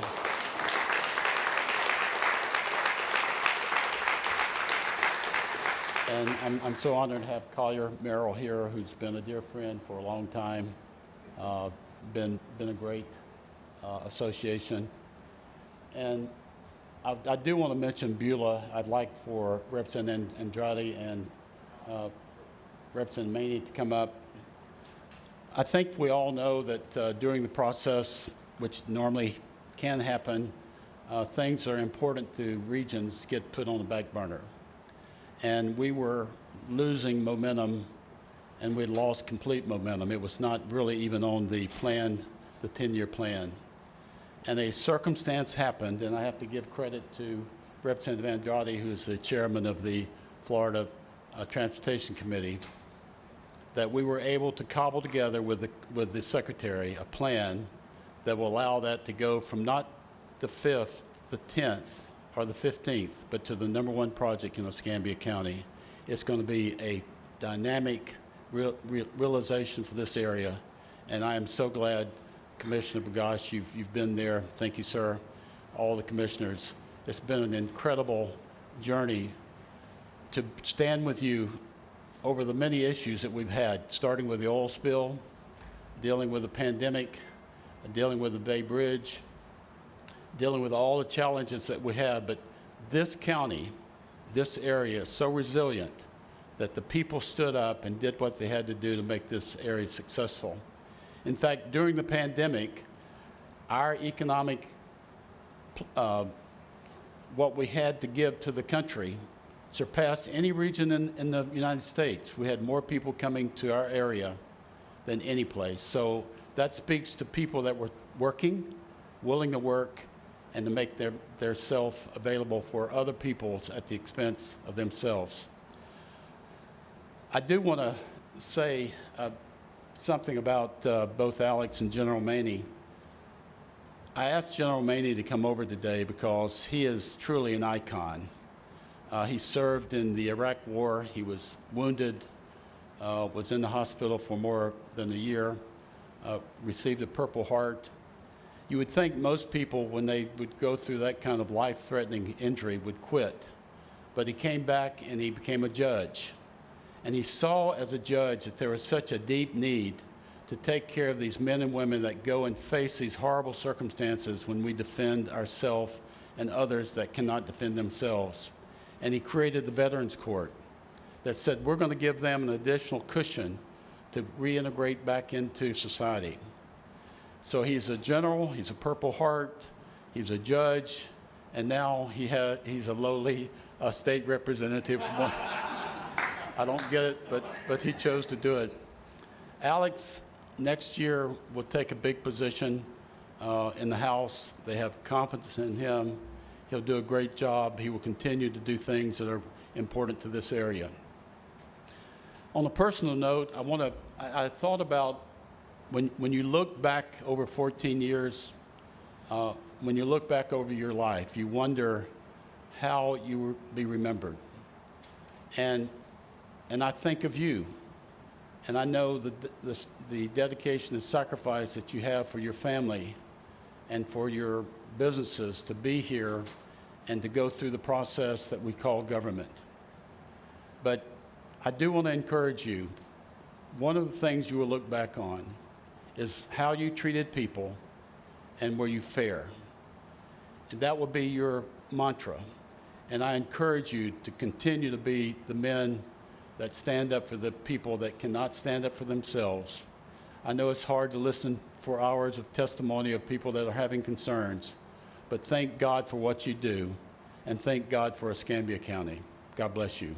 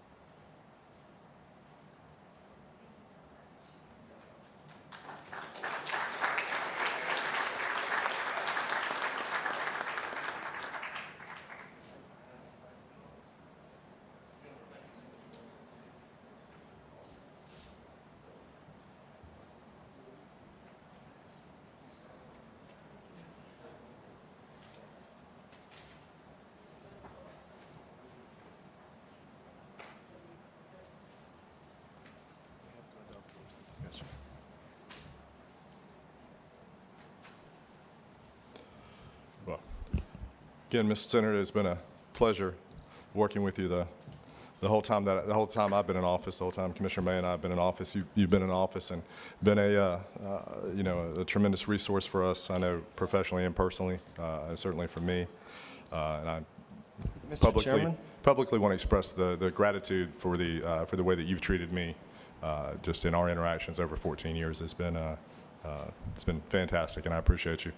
Commissioner, please. Yeah, sorry about that. I just wanted, before you left, Senator, I'm sure all of us will want to make comments, but as you know, I hadn't known you that long. I got elected. It was kind of a complicated election. I ran against his aide, and he was very welcoming to me right away. And I immediately met you, sat down with you. I never had a crossword with you. I've never heard anyone say a crossword with you. And, I was just sharing with him, roads need repaired, buildings go away. Politicians get forgotten. But what doesn't get forgotten is a man or woman's character. And I've never heard anyone say anything cross about you, Senator. And most people don't look as politicians as mentors, but I've looked up to you. And you put me on your wing when we were down at the RPOF and tried to get me with some other senators. And you're just a man of integrity.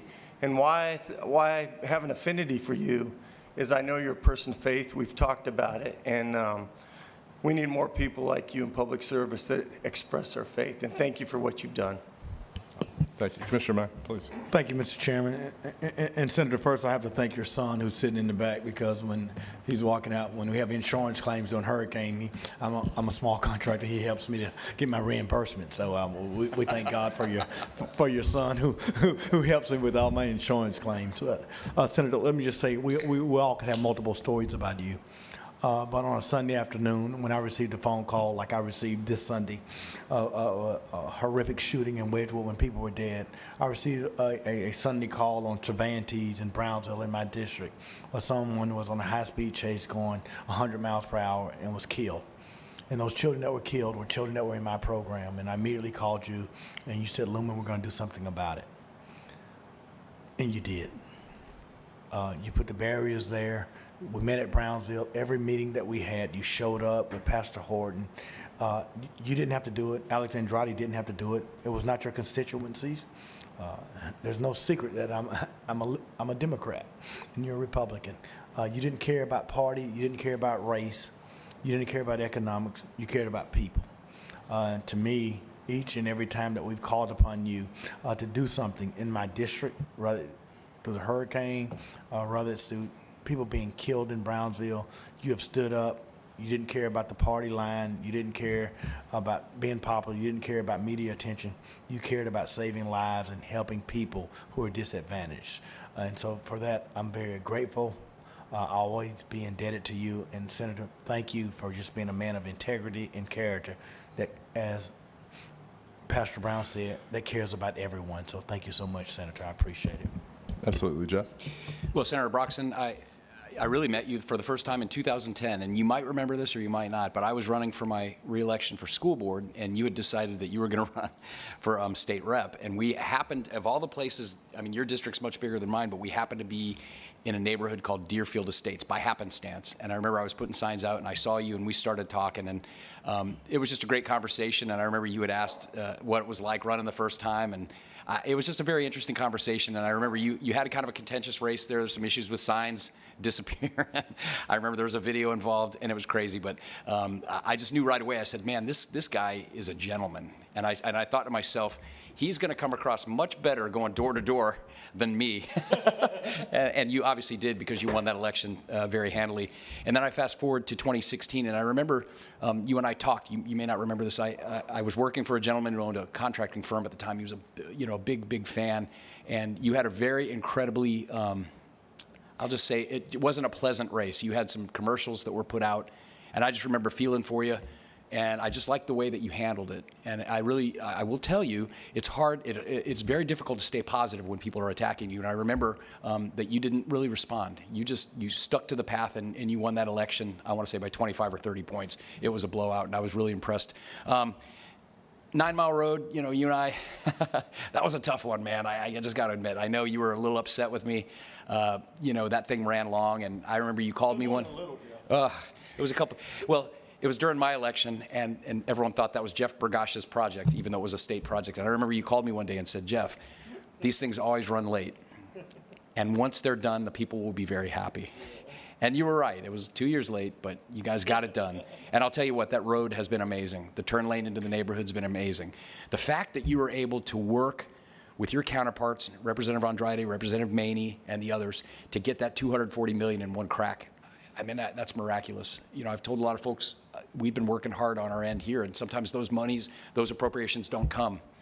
But when the TPO has it as the #1 priority, this board has had it as our #1 legislative ask, and you were able to put it together, the money, I think it's going to be years and years and years before we know just how profound that appropriation is. So thank you from the bottom of my heart, you and everyone who's involved in that. And the Beulah community is very, very, very thankful. I mean, they've got other things on their mind right now, as you saw tonight. But when the dirt starts turning on that project, that's going to be truly transformational. I mean, along the same lines as the bridge and everything you all did for the Bay Bridge. So I wish you well in your retirement. Thank you for your service. I know you've taken a lot of attacks, and I only wish I could be more like you in terms of the way you react. You smile, and you're a gentleman.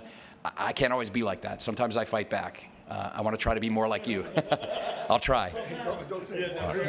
A little bit more. A little bit more. But in all seriousness, this is a great night for you. You deserve all of this. Thank you for your service to the citizens of Escambia County and the residents of Florida. Thank you, sir. Maybe we can get an exit named for you, the Senator Doug Broxson interchange in Beulah. Maybe we can get the first one of those through FHWA. But thank you. Thank you again. Was that a motion, Mr. Chairman? Oh, yeah, absolutely. Escambia County supports that unconditionally, absolutely. Well, we could get violated for you making that motion out of Yeah. order, but we'll make it happen. We'll lay that on somebody else's plate. We support it. We support it unconditionally. Yeah, See if they can get it done. we'll get Alex to help us. Yeah. And thank you again, Representative Maney, Representative Andrade, for being here, as well as Supervisor of Relations Robert Bender, many of ours colleague for a number of years. You missed Mayor Smith. Oh, I'm sorry. Oh. Yes, in someone's stead, he's here in attendance, and we appreciate that as well. Board, I need a motion to adopt the agenda. I apologize. So moved, Mr. Thank you. Chairman. Please, sir. All right, please vote. Agenda passes 4-0. We did pass the proclamations. Next proclamation is going to be commending and congratulating Mr. Derek Williams, intake specialist in the Neighborhood and Human Services Department, for his selection as Employee of the Month for July 2024. Clara is making her way. Thank you.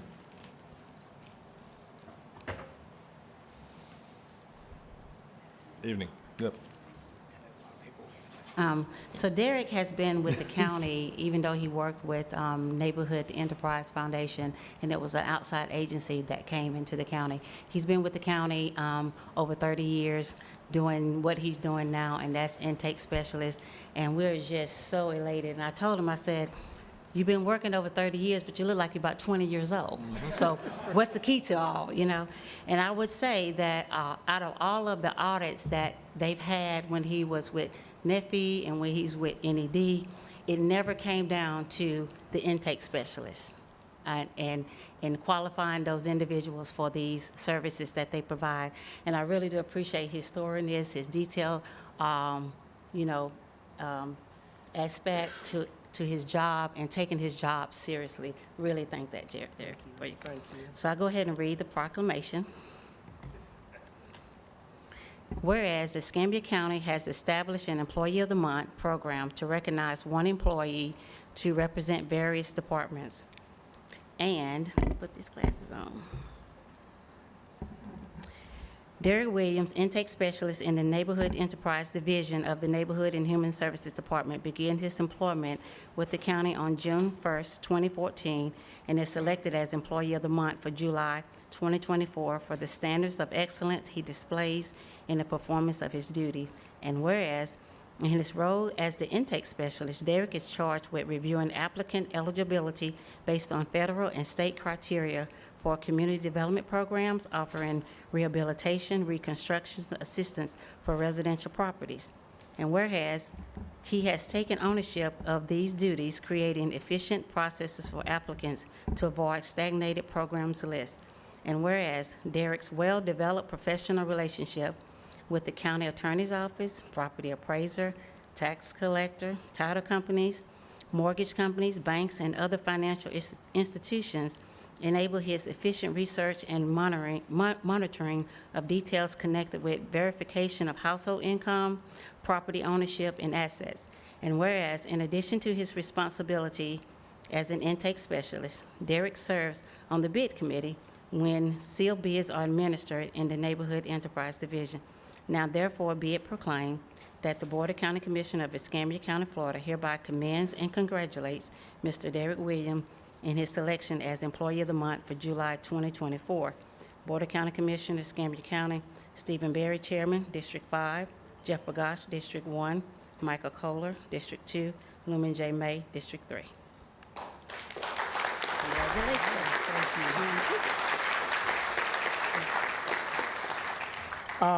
I'm honored, privileged, and I just want to say thank you.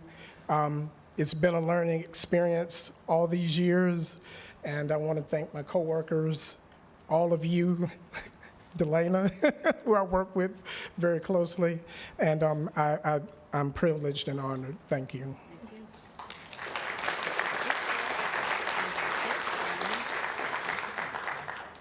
All right, staff, come on.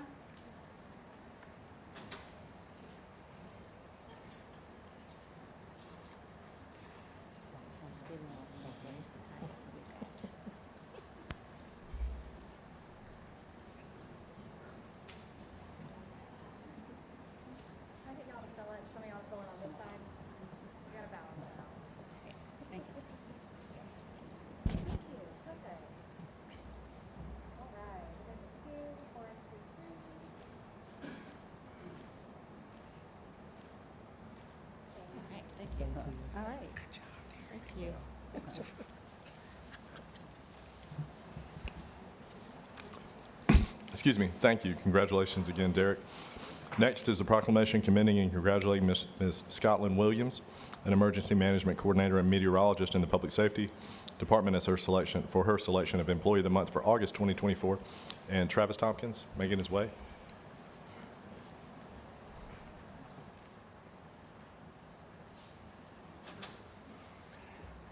Well, I can't say enough about Scotland, and I will be reading the proclamation here in a minute, but you know, she has just been an absolute value to emergency management, but to the entire county as a whole. I think I can speak for a lot of the directors and deputy directors that call her on a regular basis, asking for weather updates and whatnot, and it takes a load off of me. I'm not a meteorologist. I don't have to pretend to be a meteorologist, so it's been a blessing to have her, and I'm just very, very thankful that she chose employment with us. So with that, I'm going to read her proclamation. Whereas Scotland Williams, Emergency Management Coordinator and Meteorologist in the Emergency Management Division of the Public Safety Department, began her employment with the county on July 25th, 2022, and is selected as the Employee of the Month for August 2024 for the standards of excellence she displays in the performance of her duties. And in her role as an Emergency Management Coordinator, Scotland enables the community of Escambia County, Florida, to prepare for, respond to, and recover from disasters through development and presentation of public outreach campaigns, facilitation of the Emergency Operations Center training, management of WebEOC and Everbridge alert notification, and serving as liaison for Be Ready Alliance coordinating for emergencies as the Escambia County Long-Term Recovery Group. And she prepares and submits Escambia County Disaster Readiness Assessments for the Florida Recovery Obligation Calculation Program, which standardizes, streamlines, and simplifies the public assistance process, resulting in a quicker recovery and reduced risk for Escambia County. And she brought the Hurricane Program to Escambia County, which empowers women and increases diversity in female leadership to the emergency management profession and allied fields, and improves outreach and engagement around emergency preparedness. As the program manager, she takes charge of the advisory board, curriculum creation, and event coordination for the 4-day camp, resulting in over $12,000 of both in-kind and monetary donations for the inaugural 2024 camp. And in her role as meteorologist, she provides meteorological support for the county, particularly through her accurate and thorough weather predictions for the planning of large-scale countywide events. And she has successfully developed a growing social media presence for emergency management with A Minute with EM to provide the citizens of Escambia County, Florida, accurate weather reports, and successfully made the right call during the 2023 Blue Angel Air Show to end the show early due to approaching storm. And Scotland is respected throughout the county for her professionalism and presentation skills. And her supervisor finds it an honor to work with someone as loyal and committed as herself. Now, therefore, be it proclaimed that the Board of County Commissioners of Escambia County, Florida, hereby commend and congratulate Ms. Scotland Williams in her selection as the Employee of the Month for August 2024. Board of County Commissioners, Escambia County, Florida, Stephen Berry, Chairman, District 5, Jeff Bragash, District 1, Michael Kohler, District 2, Lumen J. May, District 3.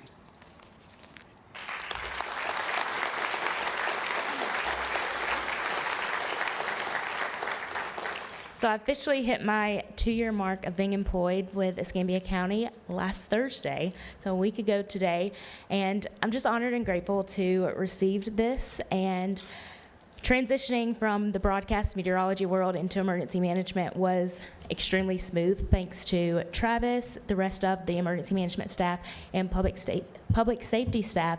I know I am exactly where I need to be and where I want to be, so again, thank you for the honor and the privilege to continue to creating the success of Escambia County in emergency management. Mr. Chairman, Scotland, real quick, and Clara's here, our summer programs are great programs, but what you did for particularly young children in the urban core and the inner city with your meteorology camp this year is commendable. So thank you. We appreciate it. And if you could give me the inside track on this hurricane, I'd appreciate it. So I don't have to go through those photographers, Travis and Gilmore. She will be given a weather update after her proclamation. Well, good deal. Wow.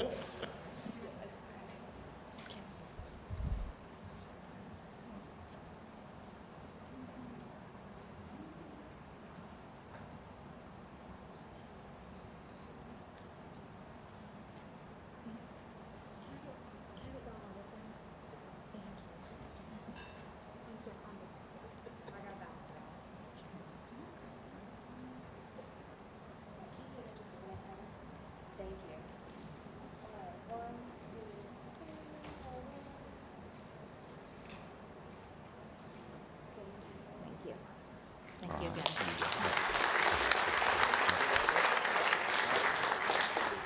Okay, so a quick weather update of what's going on out there right now. The National Hurricane Center has upgraded the chance of the system developing. Now it is a high chance with around 70%. Earlier today it was around 60%. Over the next 7 days, over the next 48 hours, it's up to a 30% chance. So it still has to move over Cuba. We know that is mountainous terrain, so what happens after that? That's why we still have all of the uncertainties and all of the questions. So until it moves back over water into the Gulf of Mexico, we will not know what track it will take. Now models are in agreement. Yesterday they were not. We had a potential of it going west of Florida and east of Florida. Now it has a consensus of going into the Gulf of Mexico, but where does it go after that is still the big question. So if you look at those spaghetti models, it still has it potentially going anywhere in the state of Florida from the peninsula all the way up to the panhandle. So that's what we will be looking for this weekend as it moves into the Gulf. If it stalls out, that will create lots of flooding. If it moves quicker, then it doesn't have that much time over the warm waters because that will, of course, allow for further development and a stronger system. So lots of things to watch for as we head into the weekend, but as long as we're prepared and 1 week ready, I think we'll be okay. She is. Thank you. So Scott, so you'll be working this weekend, right? I said you will be working this weekend, correct? I'm always watching, always oh, God, monitoring. you're a great so. government worker. Next is going to be adopting the proclamation commending and congratulating Mr. Gilbert Taylor on his retirement, expressing gratitude for his years of faithful and dedicated service as a county employee. I see Chief Powell making his way down, and you have the podium when you get there, Chief. Yes, sir. Thank you. Good evening, Board. Good evening. Good evening, ladies and gentlemen. It's always bittersweet when we have an employee retire. However, in our profession of corrections, getting to that finish line doesn't occur for many of our staff. They burn out. It's just an environment that most can't excel or even survive, if you will, dealing with your nightmares every day. But we do it very well. Officer Taylor has come to us late in his career, if you will. It took him a little bit to wake up and leave the department he was with, and then he came over to the better side, if you will, Escambia County, that is.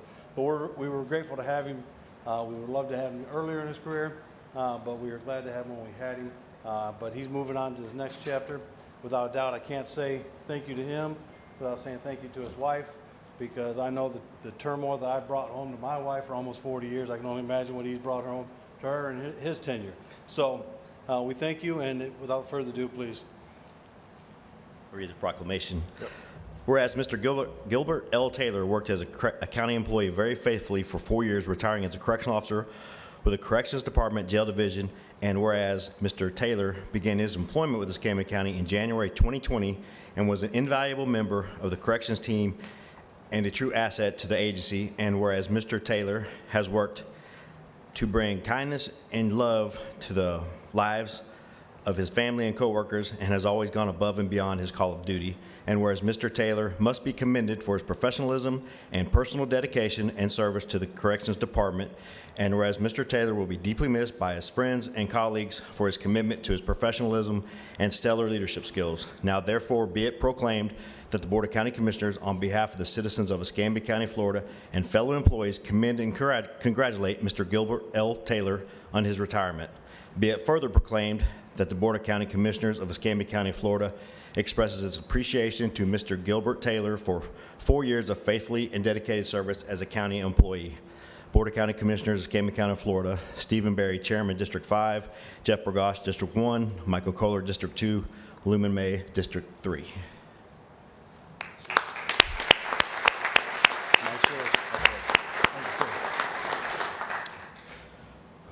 Chief Powell, Commander Nash, Captain Hankins.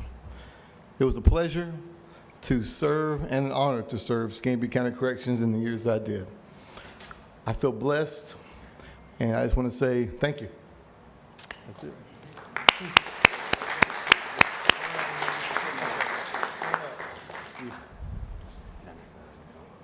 I'm sorry. Give it to her.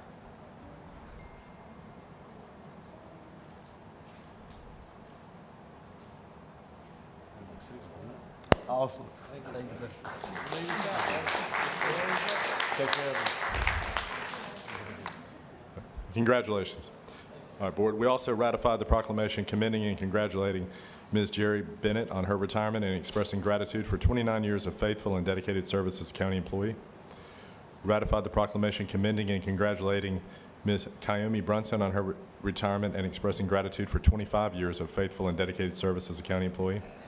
And ratified the proclamation celebrating the long and faithful life of Alberta Leisure as she reaches 100 years of age on June 27, 2024. Written communication.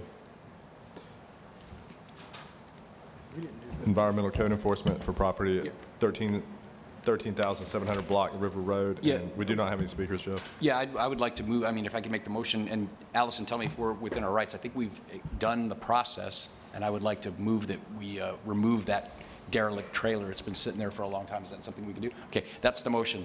I'll second that. All right. Any discussion? Hearing none, please vote. Item passes 4-0. Get rid of Did the it. clerk's office receive proof of publication? Mr. Chairman, the clerk's office has received all proofs. All right. Entertain a motion to waive So the reading. moved, Mr. Chairman. Second. All right. Please vote. Item passes 4-0. And I apologize, one other thing that we did earlier, we skipped public forum to go into the proclamations. But Commissioner May, you have the floor for Commissioner's Forum. I'm sorry, Commissioner's Forum. No worries, Mr. Chairman. I thought you were just trying to get us out of here. I'm doing the best I can, buddy. But we hadn't been together in a while. You may have a few things you want to say. I miss you, but I've been through a lot. I've had to pick up a lot of limbs. Certainly, Mr. Chairman, I do want to recognize Mr. Clifford Stokes. We celebrated Juneteenth since the last time we've been here, and I don't take it lightly, the opportunity to serve this community that was mandated by federal legislation because of people like Clifford Stokes, who filed a lawsuit and were in lawsuits. And Mr. Stokes, thank you. I think it was a great opportunity at the Blue Wahoos to recognize you. I want to thank Quint Studer and their team, and Jonathan Griffin and Amber and that team that certainly recognized you. But you and Sam Horton made it possible to have a minority representative at the school board, at the ECO, at the county commissioner. Although Commissioner Junior was the first African-American commissioner appointed, it would not have happened if you would not have taken Leroy Board, and you and many of you took your own dollars, and so you should be commended. And I was just happy to be a part of recognizing you. So thank you, Mr. Stokes, for all those that we get the opportunity to serve and to help because of your sacrifice. And certainly want to recognize Leola Snow and the Brownsville seniors who were a part of that. Many of them worked at Baptist Hospital for many years, and it closed, and they are still fighting the fight. And many of them sat in at Newberry's, and many of them were there before we could recognize Juneteenth. So to Ms. Moyer and to Ms. Lee Snow and all of them, we're certainly thankful, and we don't take it for granted that we serve because of you. Certainly want to give kudos to all of our directors and our managers. Our summer employment program, many of our directors were there. Certainly want to thank our constitutional officers, Chris Jones and Scott Lunsford and Supervisor Bender and all those that didn't think it robbery, and our department heads that allowed for young people to get an opportunity to work. Year to date, I think, Claire, we have 30-plus young people who are now working here in Escambia County. that we didn't have to go and recruit. They get the opportunity to live, work, and play because you gave them opportunity. And these young people, many of them are from the housing projects, many of them are from the inner city, who've learned valuable work experience that allow for them to be able to get a job and take care of their families and get a house, get a home, and be able to live here in Escambia County. And to Leroy Williams and Claire, 400-plus children, excited about the first book bag giveaway that we're going to make sure that 400 children here in Escambia, 400-plus children, get an opportunity to get school supplies and book bags here, who all went to our camp. And majority of them went for no cost at all, and they were able to have a summer and a safe haven. And thank all of our staff who were there. Can't say enough about facilities for what they've done in making sure that our children are safe. Ms. Velo Simpson is here. Ms. Velo, thank you. On my trip back from Atlanta, I received a phone call as I came through Century, through Cantonment, that gunfire had erupted in Wedgwood, where you and Minister Brown live, and thank you for your leadership. Unfortunately, 2 lives were lost, 7 people were shot. 2 people, life will never be the same. 11-year-old child shot for no fault of that child. I can assure you, we have on the agenda tonight for more cameras. We're going to continue to work. I've talked with the mayor. I've also talked with county commissioners, particularly in Little League football, to eliminate night games and to make sure that we're safe. It's important to me.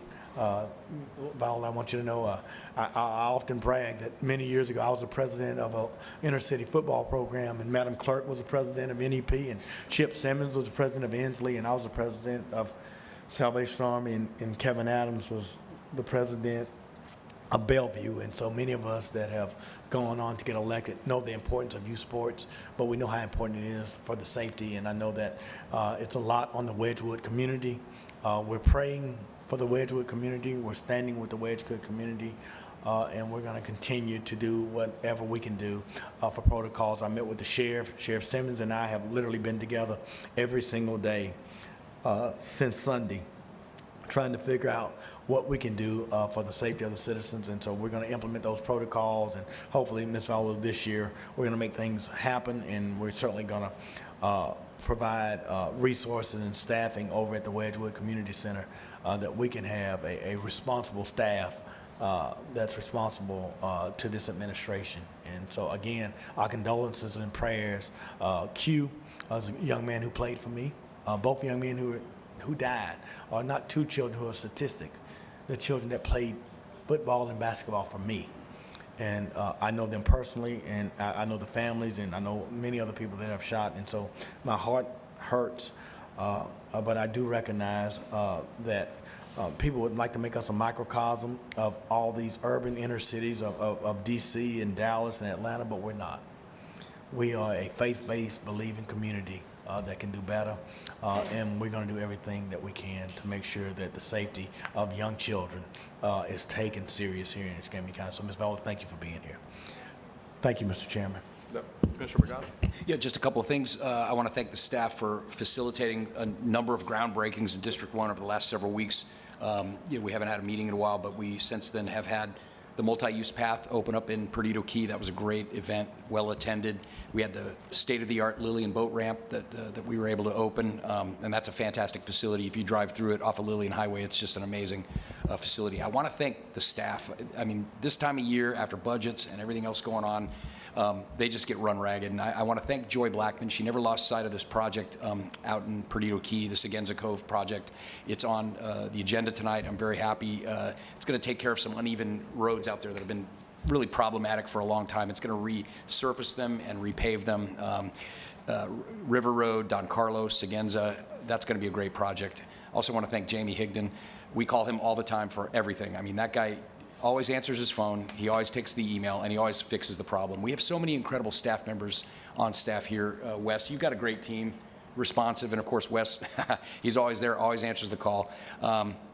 I also want to shout out to Michelle Salzman. Tomorrow is the quarterly mental health task force. I had my coffee with the commissioner a week and a half ago, and we had Allison Hill from Lakeview Center. We have a tremendous issue of untreated, undiagnosed mental health problems. We have a lot of Baker Act patients. This board, in conjunction with Lakeview, we opened the central receiving facility, and it's incredible. It's incredible the number of people that we're seeing there. It's just, it's shocking. But I will say this board has also funded with state funds the CORE program, and they have been able to engage over 900 citizens who have found themselves in a mental health crisis, and to work with them and to provide them counseling services. So we're making a dent.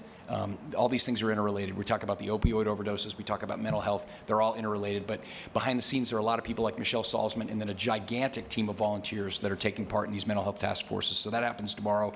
And then finally, I want to invite all the citizens out to our next town hall meeting. We're doing it at Perdido Bay United Methodist Church on Innerarity. It's Wednesday night, this coming Wednesday from 6 to 8. Appreciate staff working with me. We're going to have a complete presentation on all the various different infrastructure projects that we're bringing out to the southwest portion of Escambia County. So appreciate everything staff is doing, and thank you very much, Mr. Chairman. Yep. Commissioner Kohler? Yeah, thank you, Mr. Chairman. We've got a lot of stuff going on tonight, which is great. First thing I want to do is thank Neighborhood Services. On July 17th, Clara and her team came out to Miss Coker's house on a SHIP grant for a lady named Miss Coker. I've done these now with Habitat for Humanity as well as with our Neighborhood Services Department. They're always emotional, they're meaningful, and they help people that need the help the most. And so everyone in Neighborhood Services, I appreciate everything you did there, and I know that it was well received by the folks out there. The other night, we had a meeting at Lexington Terrace on the Bluff Line. If you're not familiar with this is a very active group that's working in the community. We had Councilman Wiggins there, Councilman Broughton there, multiple people in the community that's working on this. I'm glad I asked him not to come tonight because we probably would have had a lot more people at public speaking. I said, we'll do that down the road. But I know Wes and Allison are working with them. Hopefully we can get this grant and it can transcend down the road. Their vision is a trail path for all the way from Alabama to up to UWF, and we'll see. But we have a good opportunity to get quite a bit of money if we can get the grant in by November. And Tim, your people I know are working real hard with our risk manager as well as Mike Rhodes. So I appreciate all the work as we get involved here and start working with these folks to try to make, we'll never be able to develop that property for the amount of money we can get if we get to $10 to $20 million. So we have to take advantage of that if we can. The third thing I want to talk about, a few meetings back, Admiral Kozad was here, and there was a lot of discussion with Commissioner May and Commissioner Burgash and myself about the Naval Flight Academy. And so he called me the other day, and he put together a plan and asked me to connect him and Lindsay Cannon. I know Lumen walked out, but for the Escambia Trust Fund to look if we can help some of the lower income kids with some sort of training at the Naval Flight Academy. So I just want, that was more for the board to know that they heard us and they're working on a plan. And the last thing is personal to me. Sometimes national politics affect local politics. And I don't know if most people know here, the Navy Hospital over the years during all the wars deployed more people than any other command in this area. All of our other commands are training commands. And at any given time, you'd have 6 to 12% of the organic military people deployed. Well, a lot of them went to Afghanistan, Iraq, but a good majority, even after Fleet Hospital, Pensacola, we were one of the unique commands that had to support Guantanamo Bay. Joint Task Force, Joint Medical Group. I was down there in 2011, the 10th year. I know the governor was down there in 2008. It was the 10th year after the 9/11 anniversary. And at Camp Justice, where we were thought that there was going to be justice, they flew the flag all day for 9 minutes and 11 seconds. And the admiral signed it, and you can send it back to a loved one, keep it, whatever, because we thought at that time that there was going to be justice served because that's where it was. Well, all the folks that went to Joint Task Force and JMG over the years, we've watched little by little these folks go back to other countries, never been held accountable, but today was the biggest punch in the gut for everyone that served down there. Our government made a plea deal for KSM, the mastermind in 9/11, which killed a little less than 3,000 people. I'm no longer in the military, so I can talk, but all the people that served down there, all I can say is I'm really sorry. You did your job. That's all I have. Thank you, Commissioner. First, I want to mention something we probably won't get into in the agenda as we'll move forward with it, but it's very exciting. Some items on here related to the development of the International Paper golf course, former golf course property in Cantonment. The items on the agenda related to the playground and the pavilion, but the walking track and disc golf course are also coming they're going to be coming very quickly. I think residents in that community right around Muskogee Road and Highway 29, they'll see dirt turning within the next month or two. I mean, they'll really see activity, and that's going to be a fantastic thing for that community. I want to recognize on Wednesday I was able to go and do a little ribbon cutting at what many of us know as a former Service Merchandise building behind University Mall. Paradigm Parachute and Defense moved into that facility a little while back, and they have just grown. I was reminded about 2 years ago, I did a similar event with them off of Ashland Boulevard in District 5, where they were celebrating, I believe, reaching 45 or 50 employees at that time, which was fantastic. It's a disabled veteran-owned business, small business, obviously. And, 2 years later or so, they're now at, about 150 employees, and they're full. They have filled up the former Service Merchandise building behind University Mall, and it's beautiful inside, and it's great to see it. Packed with the folks working. And I also want to recognize the Escambia County School District Teacher of the Year was from District 5, Cassie McGee from Pine Meadow Elementary this year, and she was recognized just the other day with a statewide award as the Outstanding Teacher Leader Award in the state of Florida. And I just want to recognize her and for that accomplishment. That's a tremendous accomplishment when we have folks from Escambia County winning statewide awards.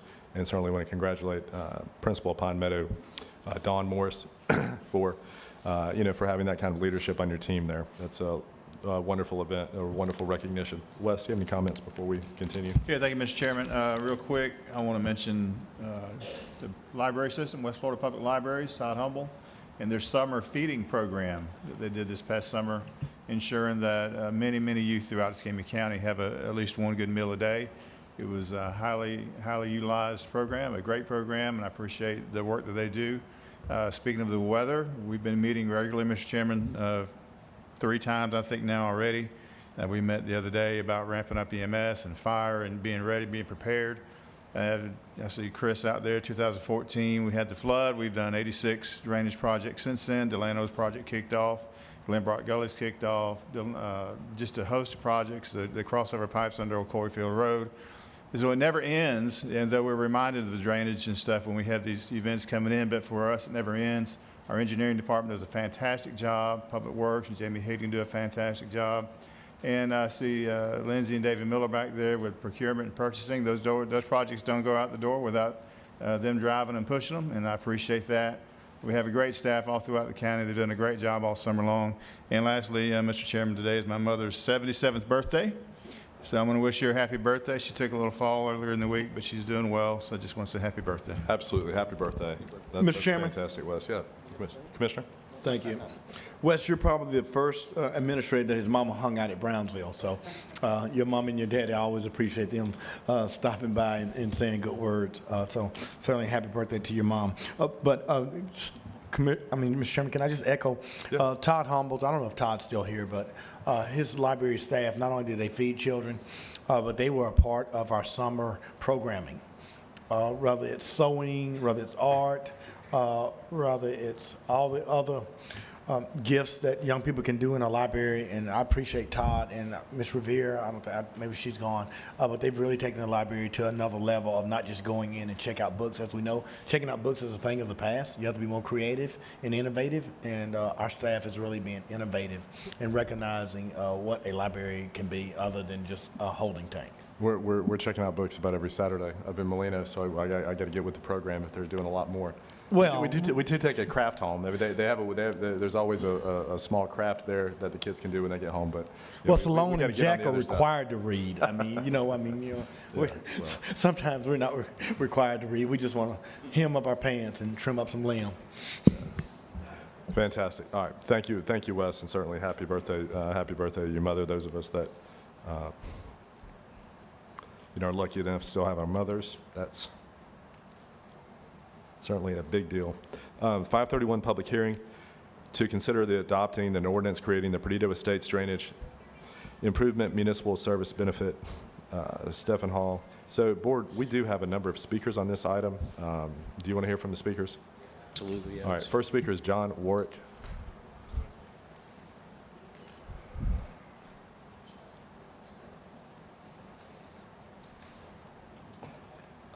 Mr. Chairman, before Yes, I sir. begin, do we get, is it 2 or 3 minute time limit? 3 minutes. 3 minutes, okay. All right, good evening, board members. You don't have to use all of it, but you're. Yeah, that's yes, what you sir, have. yes, sir, absolutely. My name is John Warwick, and I'm a homeowner in Perdido Estates subdivision. I and other homeowners recently began working together with Chris Kerb from Flood Defenders on a request to participate in the MSBU program for stormwater drainage infrastructure improvements in our neighborhood. We have several members of our community here today. We'll do a hand show in a few minutes so you can see the numbers I can that see we the have shirts. present. Let's not do the hand show. I can see the shirts. Okay, all right, So, good deal thank then. you. Yep. We've decided to approach this meeting with brevity in mind today. Knowing your time is valuable, we're going to forego having homeowner after homeowner come forward with their individual counties of the flooding they've experienced due to poor drainage. We will also not be showing the dozens upon dozens of pictures we have capturing the flooding in our community, the total loss of vehicles sitting in our own driveways, the damage to our homes and to our property in general. We've been told that many of you have already seen these pictures, but please know that I do happen to have them on hand should you decide you want to see them at a later time. I'll simply say that we have a desperate need. The flooding is causing true safety issues, particularly to at-risk members in our community, as access to the community by emergency services vehicles is severely hampered, even during the most minor of inclement weather. Flooding and standing water occurs in our community after only a few minutes of hard rainfall. When there is sustained rain, particularly due to a tropical storm or a hurricane, the flooding is extreme and does not recede until long after the rain has stopped. In fact, looking back at the aftermath of our most severe flooding, which occurred not because of a hurricane, but due to a tropical storm, the east end of Terra Lake experienced standing water for a period of 7 days. Homeowners could not get out of the community to replenish needed supplies without fear of damaging their vehicles. The homeowners experienced water and sewage backflow into their homes, creating hazardous waste conditions. And local EMS services joined us in our call out to county officials to try to get emergency relief by EMS by stating that they would be unable to respond to any calls to our neighborhood in the event of an emergency. So hearing our plea for help, the county said, yep, we'll hook you up. They sent 2 large vacuum trucks out to the community to suck up the water out of the neighborhood.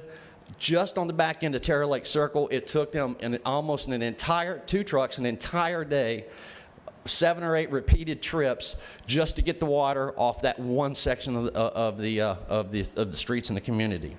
And again, this was after it stood for 7 days and stagnated, which creates healthcare concerns in and of itself. Over the past 23 years, since 2001, we've exhausted every legal means possible to hold the builder of Perdido Estates responsible. Mr. Warwick, please. Yes, sir. I'm very close. To have the county or state force the drainage structures to be improved to no avail. Our ability to get 89 of 128 property owners to sign the petition in favor of the MSBU in 30 days, just 30 days, is a testament to our collective desire to have this project approved. All right, thank you, Mr. Ward. Yes, sir. Mr. Chairman. Thank you for your time and If I could consideration. maybe help move this along. Master Chief, is there anyone in the neighborhood that is not in support of the MSBU that's here? Anyone here tonight that's not in support of it? If any, So I would. Not to my knowledge. Commissioner, I still have to ask if they'd like to speak. Yeah, They signed up to speak, so. But I think we could, okay, I think they would go ahead and move forward. Yeah, I can't wave in favor, and then we could, unless you want to speak, the chairman will give you that. Chris wants to speak, okay. Absolutely. All right. Thank you, Mr. Ward. Thank you. Next speaker is Tom Rudd. Is Mr. Rudd still here? Oh, I'm sorry. Oh, okay. Yes, sir, I understand. Okay.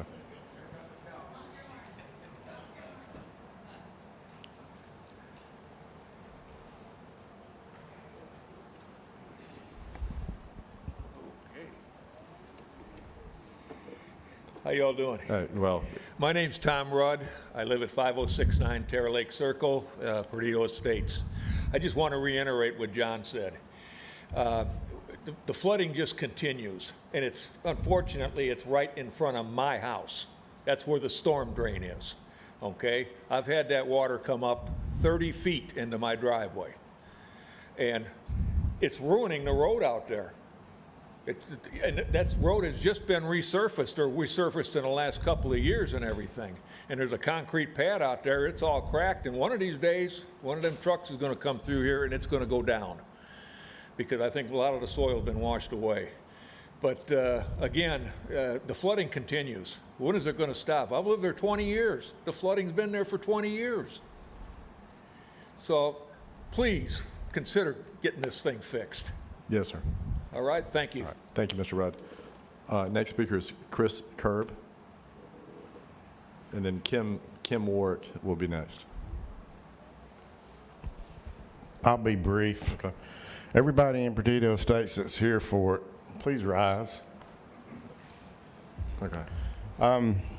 There's a lot of history in Perdido Estates. Thank you. Please have a seat. Thank you. And Chris, you just heard me say, please don't ask them to raise their hand. Well, you know, you need to see just heard the that. people Okay. speak, and that's what Flood Defenders does, is we give people a voice. That's why you see me keep coming up here all the time.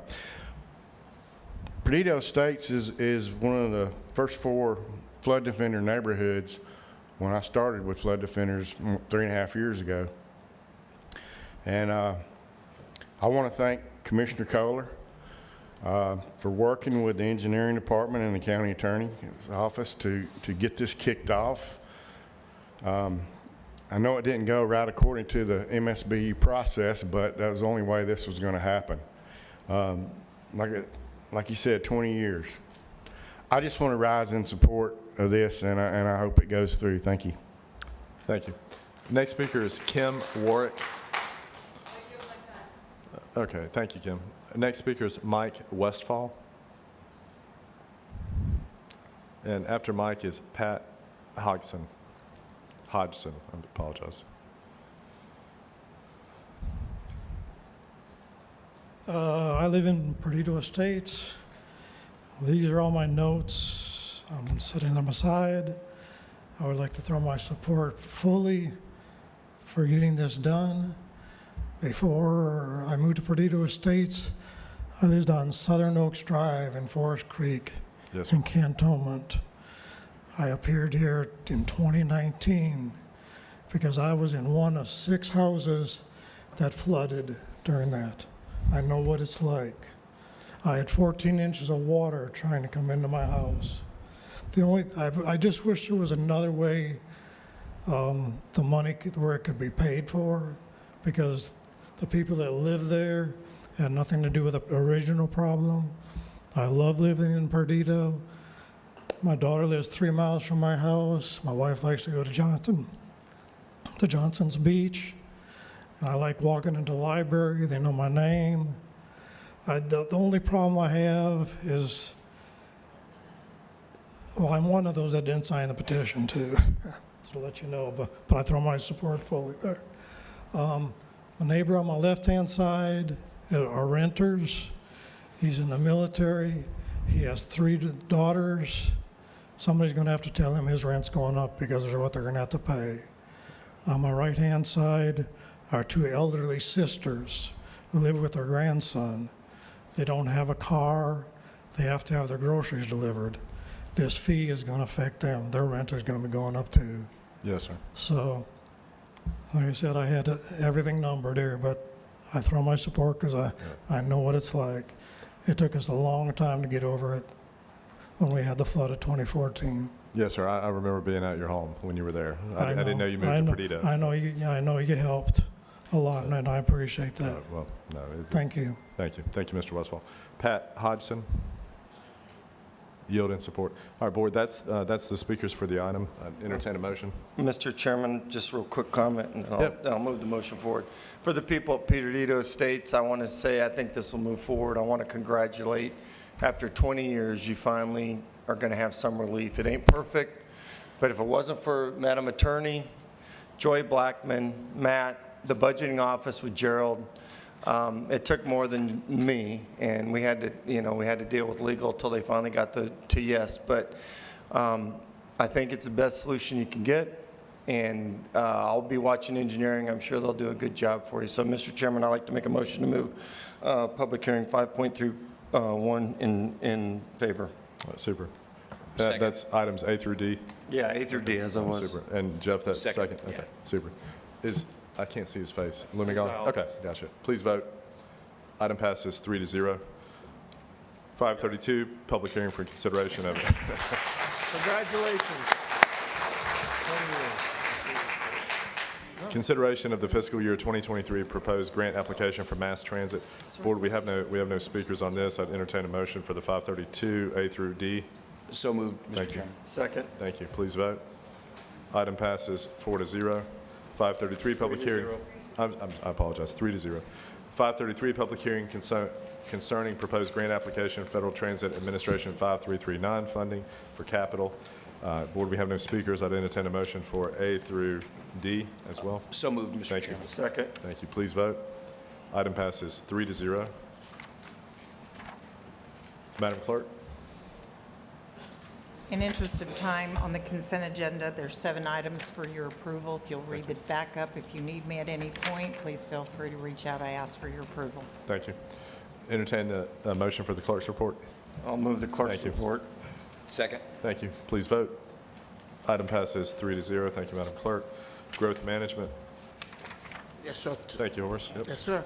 We have first for the rezoning case Z 2024-07 from industrial to heavy commercial light industrial. The planning board made a recommendation for approval. Do we have any speakers, Mr. Chairman? We do not unless the applicant or their agent assumed they would have the right to speak. Is there anyone here to speak on it? I don't. Okay, seeing none. Commissioner, I do support this, and if you'd be so kind as to move it, I'd appreciate that. Yeah, I'll move the item in the affirmative. All right, thank you. All right, please vote. Item passes 3-0. Thank you, Horace. 545, public hearing. 545 is adoption of the official zoning map for the preceding case. I'll move the 545. Thank you. All right, please vote. Item passes 3-0. All right. 546, public hearing concerning the review of a development agreement for Barano Estates. Do we have any And speakers? we do have a number of speakers, Commissioner. And if there's no objection, we'd hear from the speakers first and Sure. then discuss the item. First speaker is Sheila O'Donovan.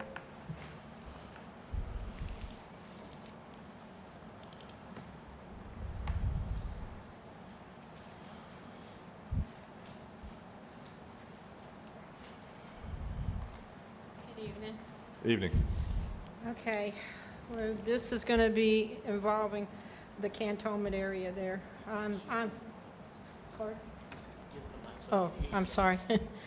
I'm asking that you reconsider approval of this development as the plans are to be changed to incorporate more lots than was first sent to the county. This development, along with all the other developments that have been allowed to take place, are already showing the impact of our population density, drainage, and environmental and traffic. I, along with others in our peaceful farming and rural community, am not pleased with the things that are being forced on us for the sake of money and not considering the damage that it is being done. You are robbing us of our agricultural areas by rezoning that you are trying to force on us, and you are exceeding because the governmental agents are not listening to us. You have stated on the agenda for this meeting that these hearings are to increase citizen involvement, access to, and approval of. Well, I disagree with this because you are not listening to us and tried to make it impossible for the citizens to be heard on matters that concern us. So you need to reevaluate this statement. We, the citizens, don't even have the right to see the plans that go before the Development Review Board, and you, as the county commissioners, to even see how these proposed developments will impact us. So where is the justice in this? You as the county commissioners are to protect and consider your district's needs and concerns. And I have not seen this in our area and on the other surrounding agricultural areas. If it keeps going on, we will not have any agricultural or rural areas left. The zonings y'all, say that we have to go to, that's the only time we see that these developments are starting to come up. And I don't think it's fair for all this stuff to, because y'all are doing spot zoning to counteract all this, and it's unfair for everybody, that are living out there, that have moved out there. It's the same the problems, what I've heard here that's going on with Beulah and the Swanee area, or road that one lady was talking about, the question areas. Things have got to stop, this development, because we do not have the infrastructure for all this development that's taking place. And that's what I have to say about it. Thank you, Ms. O'Donovan. Next speaker is Reuben O'Donovan.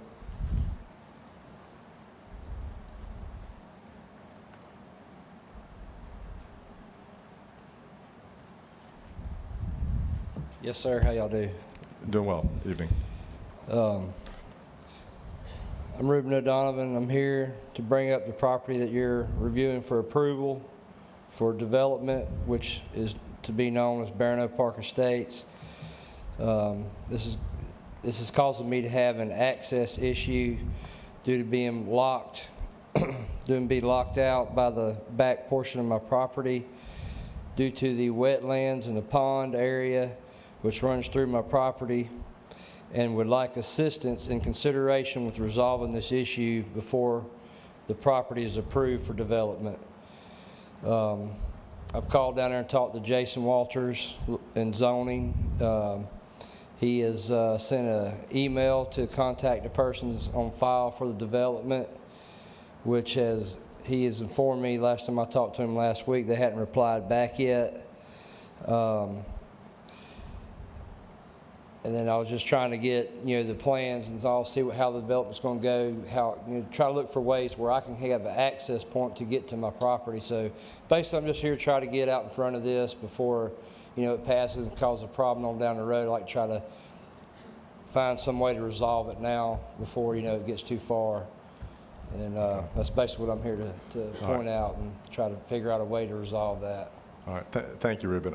I'm happy. I wasn't aware that you perceived an issue with access, but I'm happy to involve myself as we go forward to help with it, to help with your access issue, try to help with the owners. This is, this is the beginning of things. It's certainly not the end, but I'll get your contact information from Jason, and I'll be happy to chat with you. Great. Yeah, I just got your email. I'll send you an email also. So thanks for your help. Yeah. Next speaker is Sharon Colburn.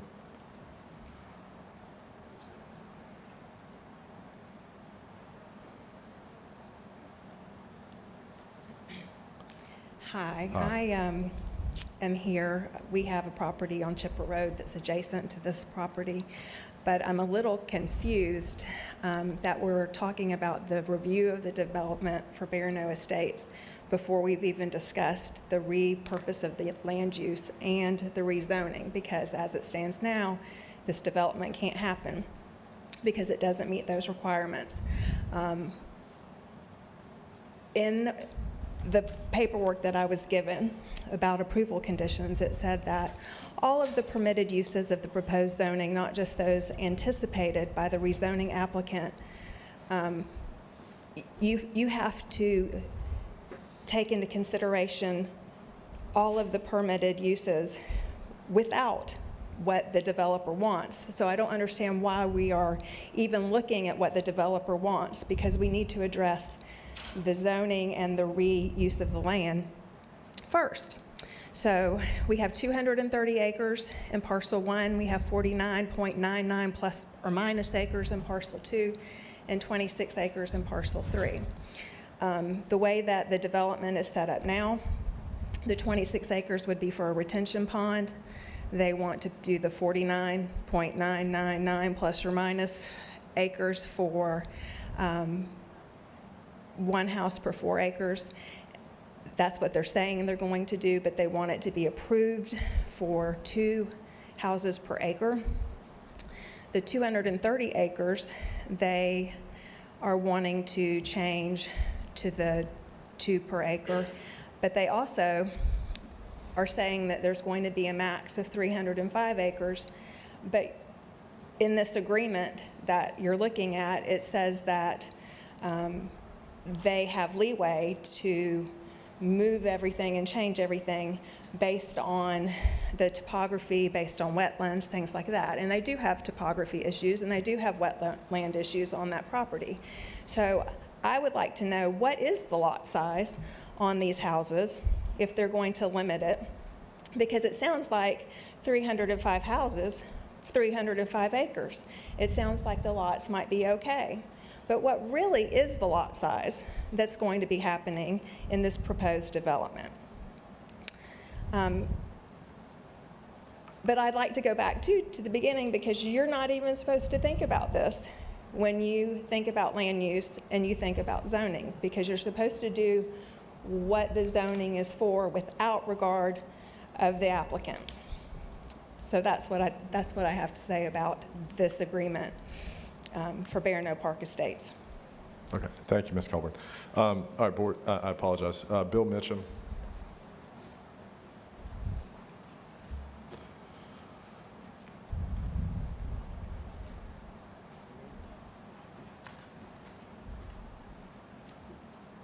Good evening. I represent the applicant, so is there anybody else speaking here? No, not for this item. Okay. So the development agreement really simply does two things, and it's got it lost here a little bit. But number one, it requires the property to be used for residential purposes. And number two, it limits the total units for the 305 acres to 305 units. There was a discussion about why it came before the other items. Well, it came before the other items because that's a condition. I mean, we're agreeing to limit the density to 305 acres. And so that needed to occur prior to us having the rights that we otherwise have under the rezoning and the FLIM. Okay. Thank you, Bill. Thank you. And maybe you have a seat up front in case anybody has a question for you, that if you don't mind. And I will try to, and I'm, you know, I was in Winn-Dixie Cantonment last week and was, you know, approached by someone that's not necessarily y'all's neighbor, but, you know, very, very close and unhappy about not any specific project, just the growth and the development in general. And, you know, one of the things I stood and talked to her about was, you know, after I let her vent some, was, you know, I asked what she thought about the cost of houses. And, you know, she had mentioned that she has children and grandchildren that, you know, grandchildren that are married and working and, you know, want to make sure they have a place to work and have a place to live. And, you know, mentioned having, you know, multiple generations. And I just asked her about what she thought about the house prices. And, you know, she thought that they were exorbitant, and they were, you know, it's unbelievable that you have, you know, houses in, you know, Cantonment and Molino that aren't even that large, that are, you know, selling for X numbers of hundreds of thousands of dollars. And, you know, she thought that was unbelievable. And, you know, I, you know, let her talk about that some. And then I just tried to broach the subject of, well, you know, I understand you may not agree with all, you know, all the decisions that I've made or the board has supported me on, or, you know, each of us have made in our districts, especially Jeff and I, about some growth issues. But if we, you know, just say we agreed with, you know, quite a bit of what you're saying and denied half of those requests and take several thousand houses out of the inventory, you know, out of the available inventory that's in Escambia County, you know, what do you think happens to the prices of the houses then? And, you know, it's clearly that's going to push the price of those houses up when there's less inventory. So, you know, you try to be reasonable about it. I certainly empathize with the folks that spoke here tonight, as well as those that have spoken about other issues, you know, about rezonings and those things. You know, my brother lives a little bit north of y'all on Highway 29, and you know, I certainly have to empathize with him. I talk to him, you know, nearly every day, so I don't have a choice but to empathize with him. But I do understand what you hope is that, you know, myself in this instance, as far as, you know, recommending something, or the board as a whole, it tries to be reasonable about what we're putting on the ground, or what we're supportive of putting on the ground. You know, just a little bit south and west of here, you have a pretty high density area off of Quintet. That's Carrington, Lakes of Carrington, in that area. A lot of houses in there, considerably more dense than what we're looking at with this development. And even north of here, you have off of Molina Road, just a little bit east of Highway 29, almost directly beside the Molina Fire Station, you have a Lennar neighborhood that's also going to be more dense than this project's going to be. Prior to, these projects take time to come forward.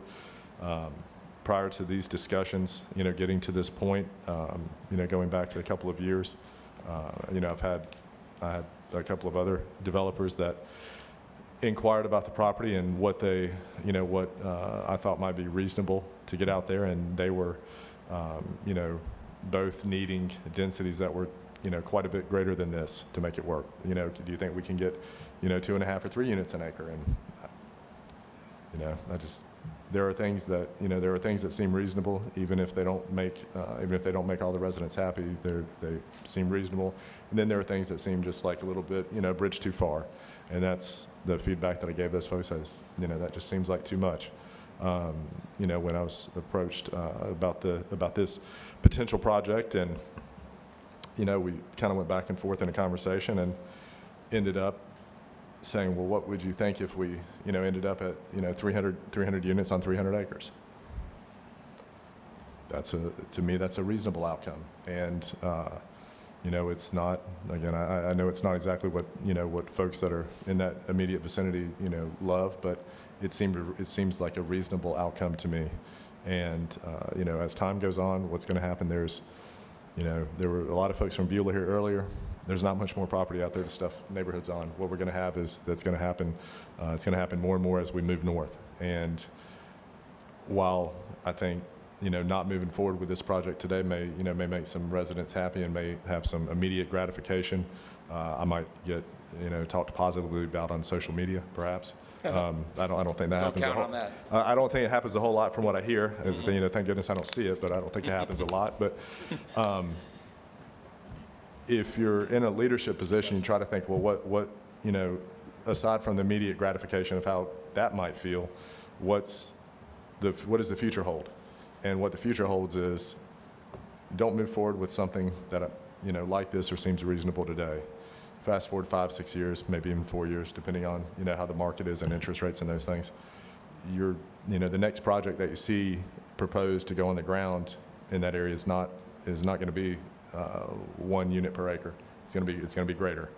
And while it seemed like a very good thing for a few years, then you're faced with the reality of having 650, 700 houses out there, and whatever degree of unhappiness there is about this, it would be tremendously greater in the future. So, and there is also and as Mr. Mitchum mentioned, there is some rhyme and reason to taking the development agreement first before we do the rezoning or the future land use change. And some of it is Ms. Colburn, what you actually mentioned when you were speaking, was that the rezoning, a rezoning by itself or future land use by itself, they're not contingent upon what the use of the property is going to be afterwards. I was on the planning board for 5 years before being a commissioner, and one of the things that's challenging when you are reviewing things as a planning board before it comes to this board is, well, this looks like a great project, so I'm going to approve the rezoning. Well, once they have their rezoning, if you don't have a development agreement in place, or you don't have some other planned unit development or some other type of document, the rezoning, once it's done, and they have that density, and you can't hold them to anything after that. They have the full rights of anything in that zoning category, just what you read from the podium, ma'am. And but by taking the items in order that we are in the board meeting tonight, by having the development agreement first, there are some topography and wetland issues on the property, and that may necessitate the moving around of some of the parcel lines inside the property itself to get the homes in there. But what it's doing is it's capping the total density of the project parcel, which is, to me, the utmost important. So we're capping it at 1 unit per acre for the 305 acre footprint of the project. If my board is supportive of me, once we approve the development agreement, that caps the density. Then the rezoning and the future land use, they can't affect that total density either. So no matter what the density is on the future land use or the rezoning, if we approve the development agreement, it caps the total density, and it may not, it certainly may not be this evening, may not be this week, but I do think in some, number of years, I think this will be viewed as a good thing as build up, as growth happens around this type of development. I think that a lot of the folks that are there at that time may look back in 15 or 20 years and wish that, and wish that their property was in the same, in the same vein as this. The developers, have confidence that they put a good product on the ground. That Iron Horse project in Cantonment is I apologize, not Iron Horse, Iron Rock project in Cantonment off of 97 is a good example of, something on the ground that, it's a nice product. There's going to be relatively large lots. It's going to be a nice development. And I think it's, at some point in time in the future, it will be beyond my service. I think that the community in that area will be proud of that project, and it's not an unreasonable density. But that's a lot of a monologue. Board, I apologize for taking that much time. I did want to respond to Ms. Colburn's questions because they're very legitimate questions, and I did want to respond to those specifically. But Board, I would ask if someone would move in favor of the motion. I would appreciate that. I'll move. Thank you. All right. Board, please vote. All vote. Item passes 4-0. I'm sorry, 546 passes 4-0. Mr. Jones, 547. Yes, sir. The next item is a small-scale map amendment, SSA 2024-03 for the 547 to approve and adopt the small-scale map amendment. All right. Thank you, Mr. Jones. Ms. Colburn, you're signed up for this item as well. Yes, ma'am.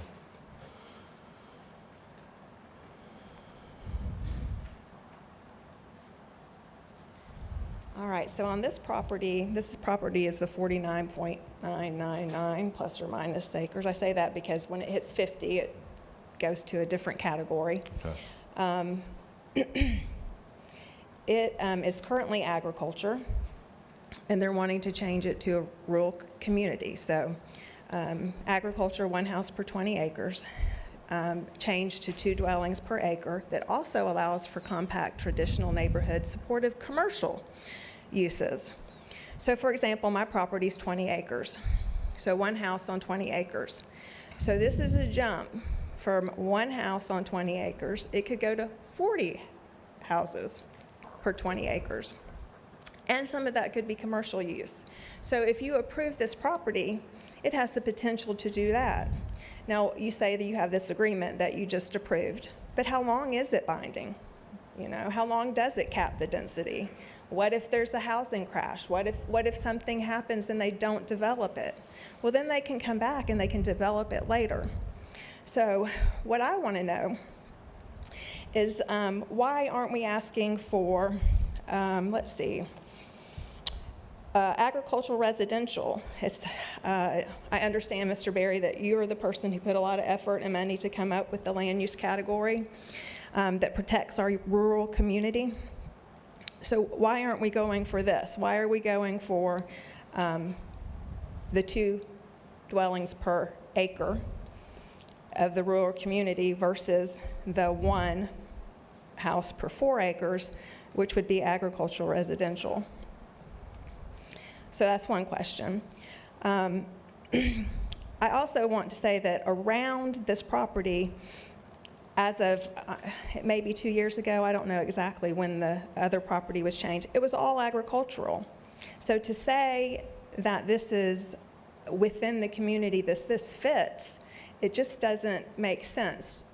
I mean, to go from like this 50 acres, let's say it's 50 acres, that's 100 houses that you could put on that house. That's a huge, on that lot, that's a huge jump. That's not a tiny jump. That's a huge jump that could happen. It's just not compatible with its surroundings. It says that the permitted uses of the proposed change should be appropriate and not premature for the area, so as not to create sprawl. And you spoke to that earlier, like 5 years, 6 years down the road. But at this point, it's premature. So if you don't really care about how we feel about how that property is, I just want you to think about quality of life for all of the people in Escambia County, especially those of us in the north of the county. We have a lot of adverse impacts on the surrounding property because of the density and intensity of the zoning. All right, Ms. Colburn, that is your time. Okay. But I will respond to what you said. So again, that is why we took the development agreement first. This 50 acres is simply a part of the 305 acres total. I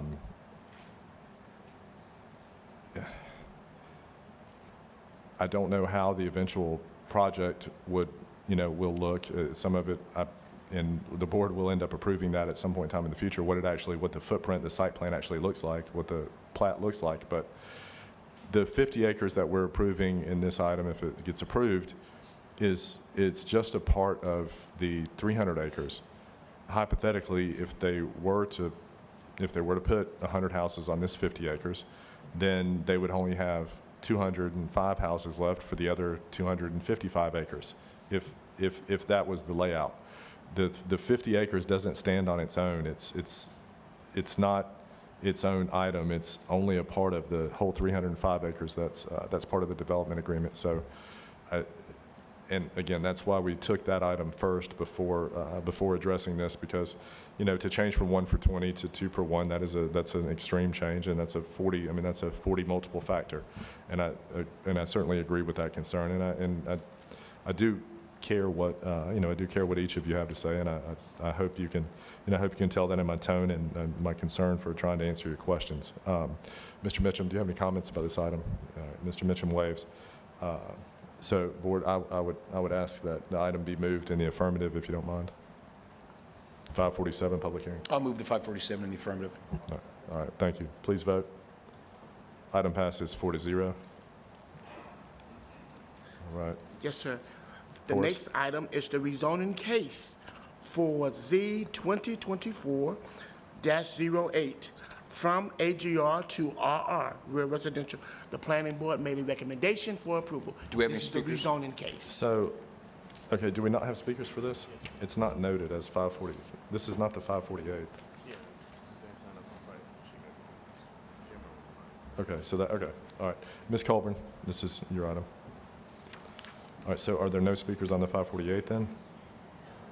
I'm just going to continue on what I was saying Okay, before. sure.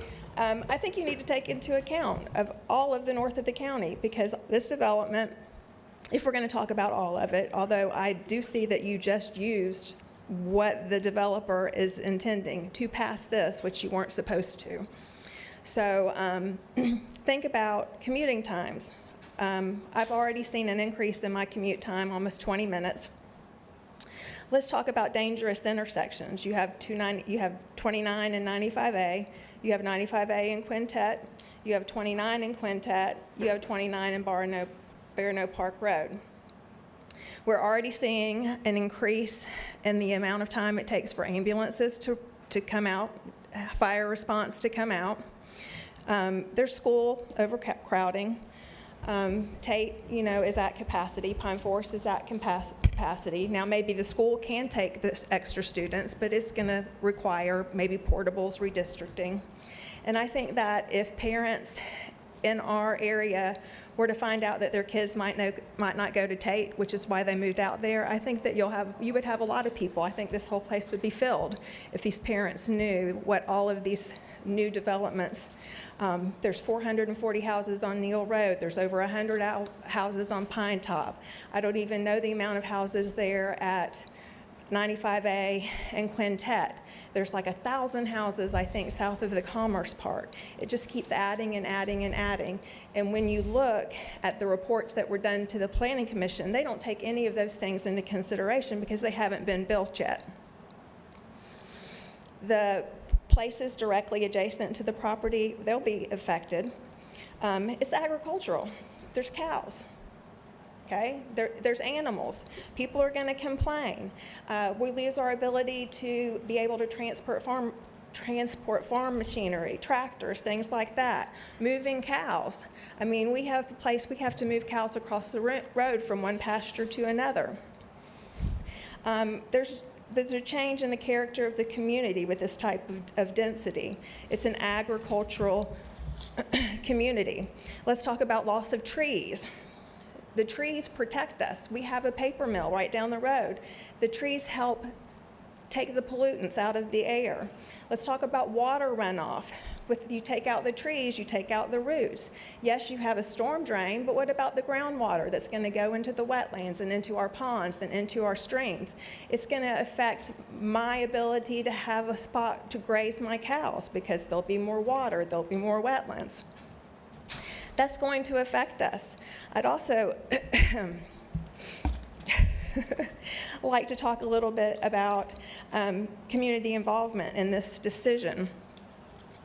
There's tiny signs on the side of the roadway. It's not okay. You can't see them. You can't put us in danger when we have to park, walk to them, take a picture of them. We have to make them bigger to see what it is. Ms. Colburn, that's your time again. All right, thank you. Next speaker is Sheila O'Donovan.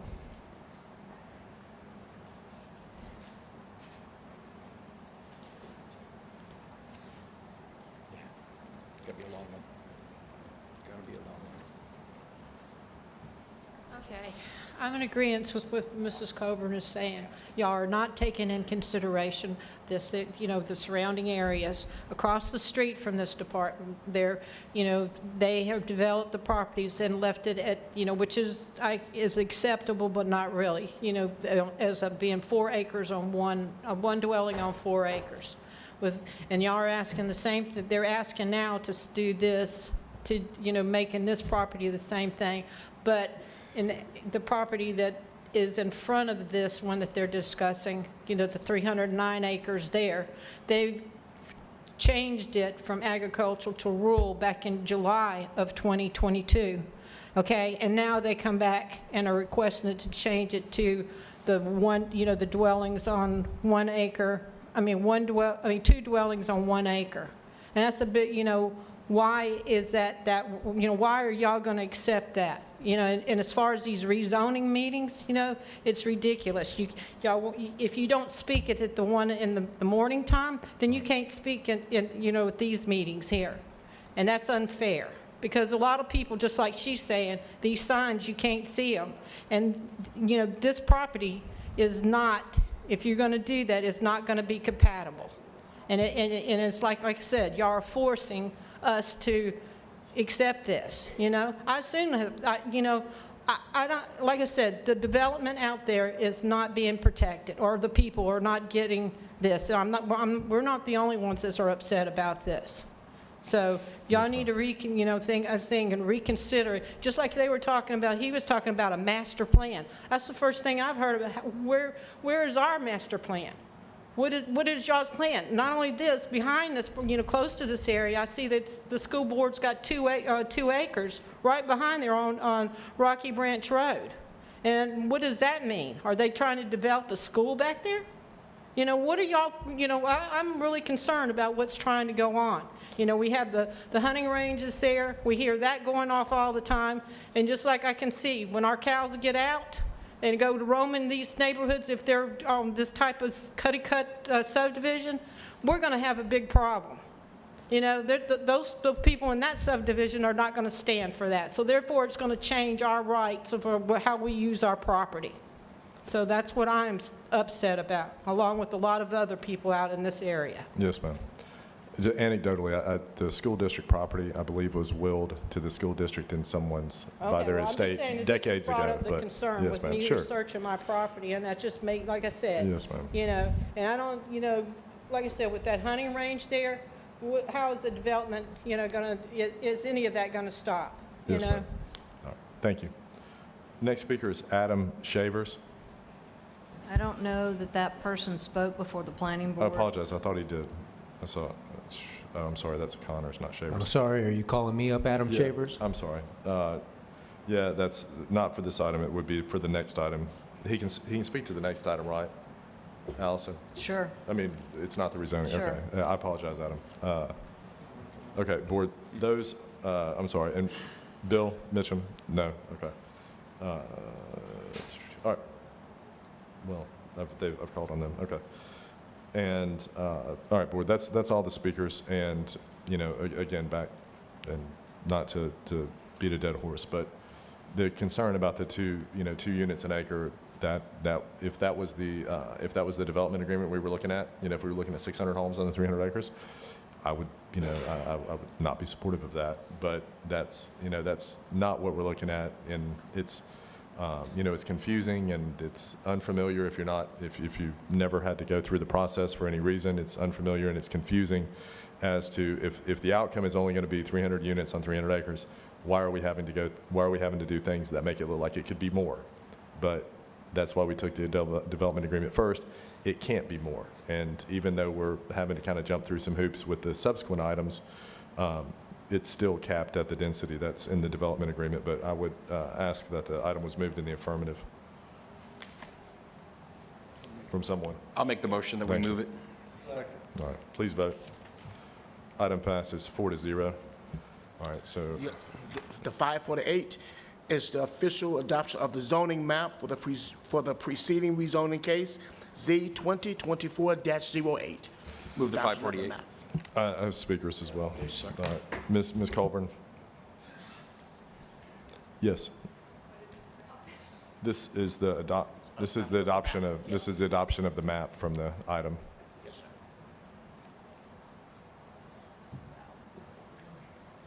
So I'm not even sure what I can say to this because you've just approved it, correct? But I would We like, approve the rezoning. Ma'am, you're welcome to say anything you'd like. As long as you don't curse or yell, then that's fine. well, in the hopes that you'll take this into consideration when you go to do it again. The flyers that we got for this are very misleading. They don't mention anything about the land use change that you just approved. All that was discussed, or all that we got, was a letter about the zoning. So this is all that we got. So unless you actually passed the signs, you didn't see the red signs about the change of the land use. So we got this. And so our neighbors who got this, it says that to change from the agricultural 1 dwelling per 20 acres to rural residential 1 per 4. So that's what our neighbors thought was happening to this property, the 49 acres. They didn't know anything about changing the land use plan for the 2 dwellings. And so I think that going forward in the future, that there needs to be some kind of change so that people know that we have land use and it has its terminology, and we have zoning that has its terminology, because people are getting information and they don't know what's really happening to the property around them. The reason I say that is because that the property, the 230 acres, back when it was changed, everyone got this letter that they wanted to change the property from the agricultural 1 per 20 and change it to the 1 per 4.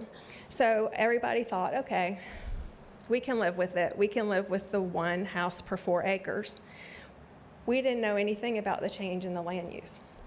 So now as we set to you and we're about to talk about this 230 acres that's coming up, nobody had any idea that it's already been changed. That is already the rural community, that it's already the 2 properties per acre. And before I go sit down again, nobody ever answered the question about what the property sizes were for the development. So the lot sizes, well, I did allude to it, Ms. Culver. What I said was the total units on the property is set, and I believe they have some sketchings that They show. do. They've been published in Escambia, northescambia.com. Yeah, well, those are not, you have to get surveys out there, and Right, they but have to actually get on the property to mark it out. But the overwhelming thing is that they can't get more than 305 units on the 305 acres, no matter how they space the lots. And I do believe, just based on the sketchings, the lots were between 0.4 and 0.6 of an acre, and then the 4-acre lots in the back. I believe the 50 acres were the 4-acre lots that you were talking about The reason this specifically. concerns me is because it sets a precedence, right? So whenever we were looking at, when we were at the planning meeting, they would say, these are the lots that surround the area. They're this size, and Yes, this ma'am. size. So when you go to approve the next development, they're going to use this property, and they're going to say, it's a 0.3 acres, and they're not going to say that it was an acre, like an acre per house or whatever, that Yes, was ma'am. the average. I mean, what we're looking at is we're making a very small density in a rural area, and this is going to set a precedence for the future. Yes, ma'am. I do understand what you're saying, and you did ask one question that also I didn't answer, was related to the length of the development agreement. Yes. I mean, they're unless the board changes it or amends it, I mean, they're in perpetuity. The development agreement that Iron Rock is being developed under in Cantonment, I believe goes back to 05 or 06. I could be wrong, but it's nearly a 20-year, I believe we were told 10. It is true, Mr. Chairman, that this one is drafted as 10 years. Oh. They statutorily can go as long as 30. And if you recall, Okay. Carrington Lakes, when it first started, you mentioned that as one of your precursors. But It wasn't high density to begin with, it was a golf course. And it was never developed because the housing market crashed. Yes, And ma'am. then we could be in that situation. Yes, ma'am. One of my best friends did the survey work on the property and didn't get paid, and ended up in litigation over the work that she didn't get paid for in Carrington 20 years ago. So I remember Carrington well, but I do understand what you're saying, and it's Right. just trying to be reasonable. Yes, ma'am. Right, but I hope that you will take into account that we have we have Facebook, we have Instagram, we have Twitter, we have all kinds of social media outlets that we can get Yes, this ma'am. information out to the public. We should be able, I shouldn't have to speak here. To say that I have to be here in person or I don't care about what's happening, it's an insult. It's an insult Well, to the citizens. this is not, now, Ms. Colburn, and I do need to move on in light, respect It's for my my time. colleagues, but the process of these is set in statute, the way the process works. This is not the process as far as having to come in person to give comments. You can't send a letter that's going to be read into the record or something. I mean, those are set. Now, the notification that you said you received at home, we have made changes to that process over the years, and if we need to, we expanded the radius, tremendously a few years ago. And if we need to make some changes to that notification, I think the board will be willing to do that. It's, no one on the board is trying to slip something through without the public being aware of it. So if we can do better communicating, then we'll take that under I'm just saying that advisement. what we're doing now is antiquated and it needs to be All right. changed. Thank you. Thank you, Ms. Colburn. All right.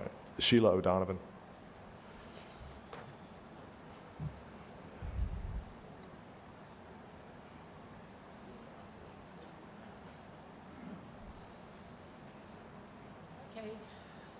I'm going to have the same complaint, Like I said, it's Yes, going to ma'am. be an ongoing thing. How do we stop?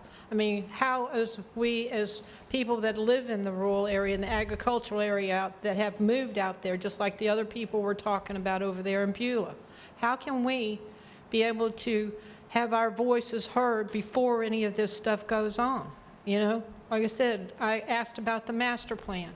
I mean, nobody's mentioned or had anything said to, that I know of about how the master plan gets approved, because it's not talking to the people that are out there. I do realize that a lot of and I guarantee the older people that have been lived out of there, and I understand it's their children that are probably selling the properties off, but there's still a whole bunch of other people that want to keep it in the agricultural or rural area.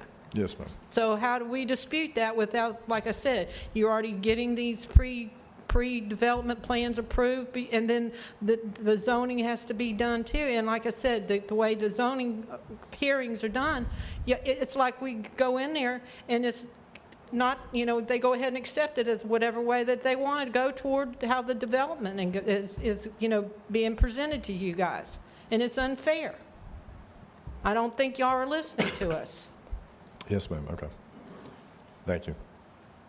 Next speaker is Adam Shavers.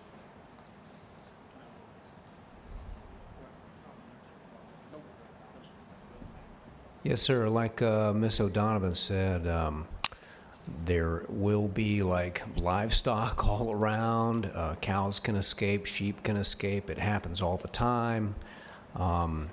And it will be a problem if there is a big subdivision right next with 300 houses back to back. That, and I wrote something this morning. I'd like to go ahead and read it. It shouldn't take but about 3 minutes. I don't know if you're timing this. Yes. Yeah, my name is Adam. I live off of North Chipper Road. I'm part of the NIMBY crowd, not in my backyard. I, along with 99% of the residents in this rural community, do not want 300 houses to show up in our backyard. But you already know that. No one who purposefully moves onto rural land wants to see 300 houses show up in their backyard. As far as the added traffic, there's an average of 2.4 vehicles per household in Florida. That means for 300 houses, there's going to be 720 extra cars up and down 95A every day.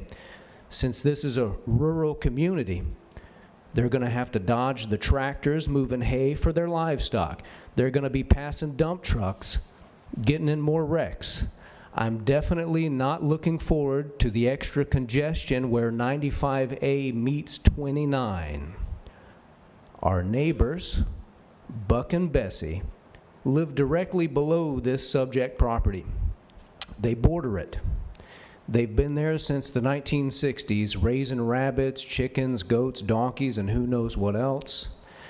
According to this proposed site map, 4 or 5 houses will be nestled right up against their property line.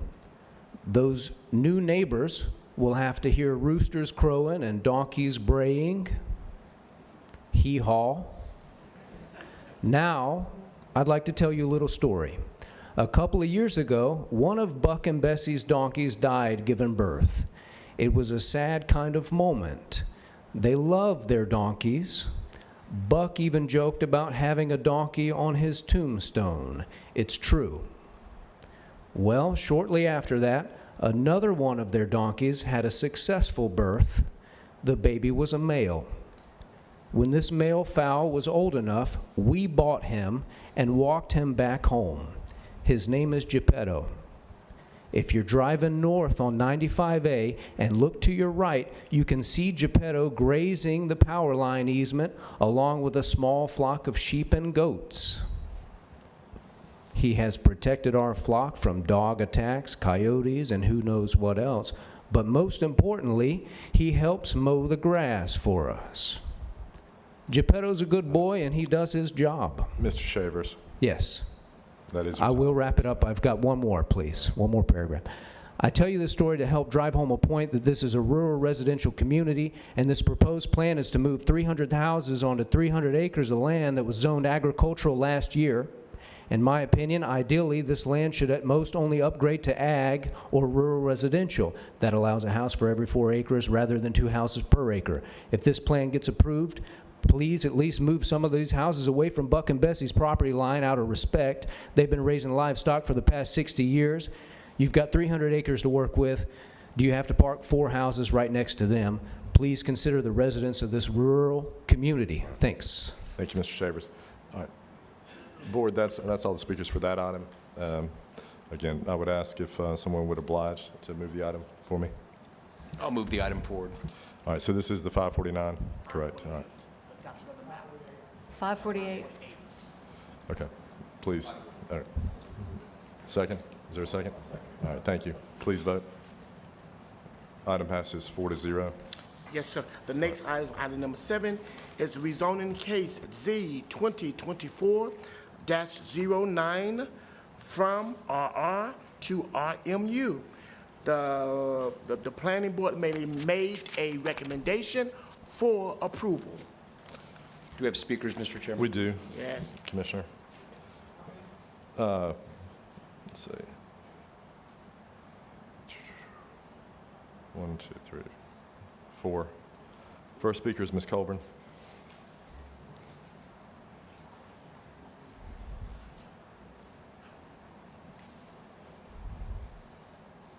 I'm going to go ahead and finish what I've written down in the hopes that I'll help the next community that's up here.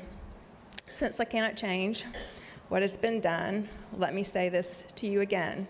And I wrote this morning, knowing that we weren't going to change anything.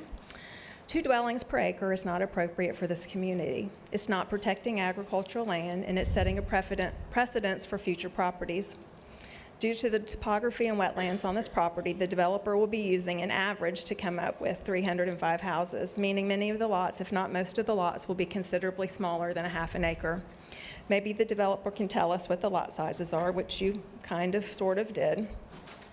The size of these lots will set a precedence for future developments in our agricultural community to tiny lots that do not belong in an agricultural and rural community.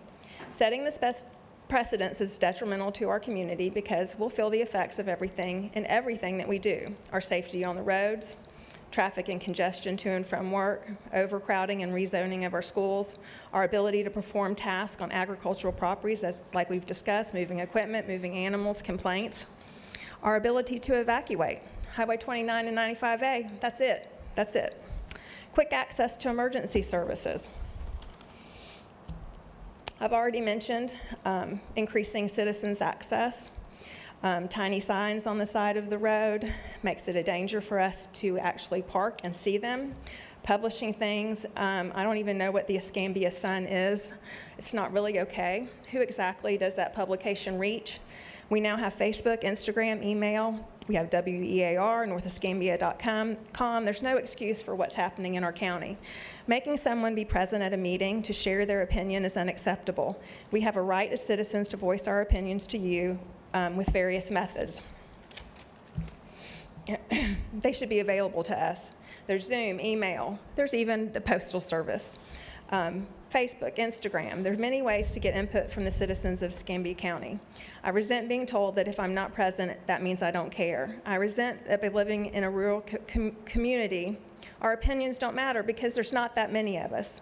Why don't we take into consideration how many are for the change instead of how many are against it? You're going to look at how many spoke against it. Why don't you look at how many spoke for it? It's in your job to protect your citizens and help us be safe. That's what we elected you to do. Currently, that's not happening in Escambia County. And I really hope the voters let you know. Thank you, Ms. Colburn. Next speaker is Sheila O'Donovan.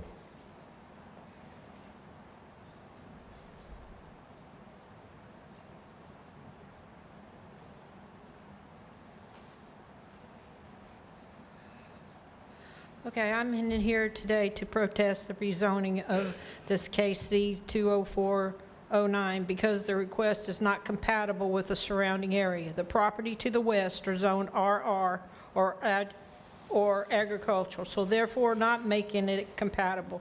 The county's own findings state that the proposed RMU zoning would establish a condition of spot zoning.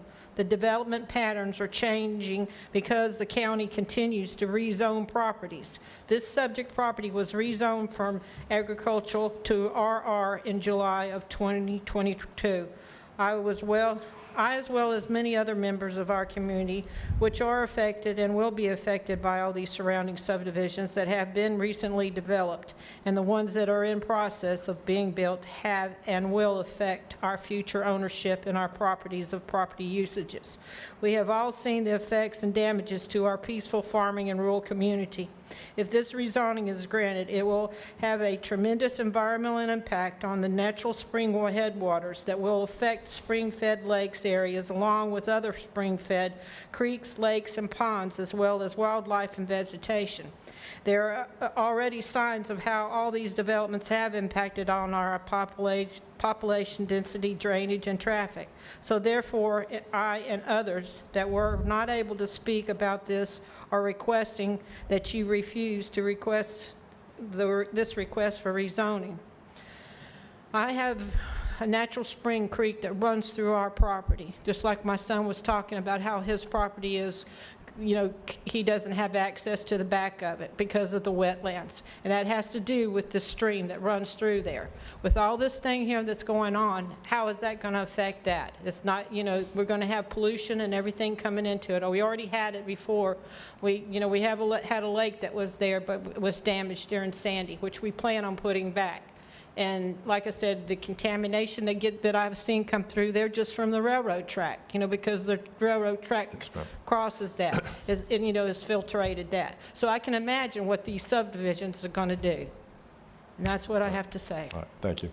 Next speaker is Adam Shavers.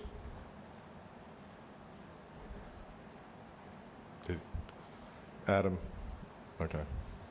Perhaps he left. All right, Board, that's all the speakers for this rezoning. I'd entertain an affirmative motion if you didn't mind.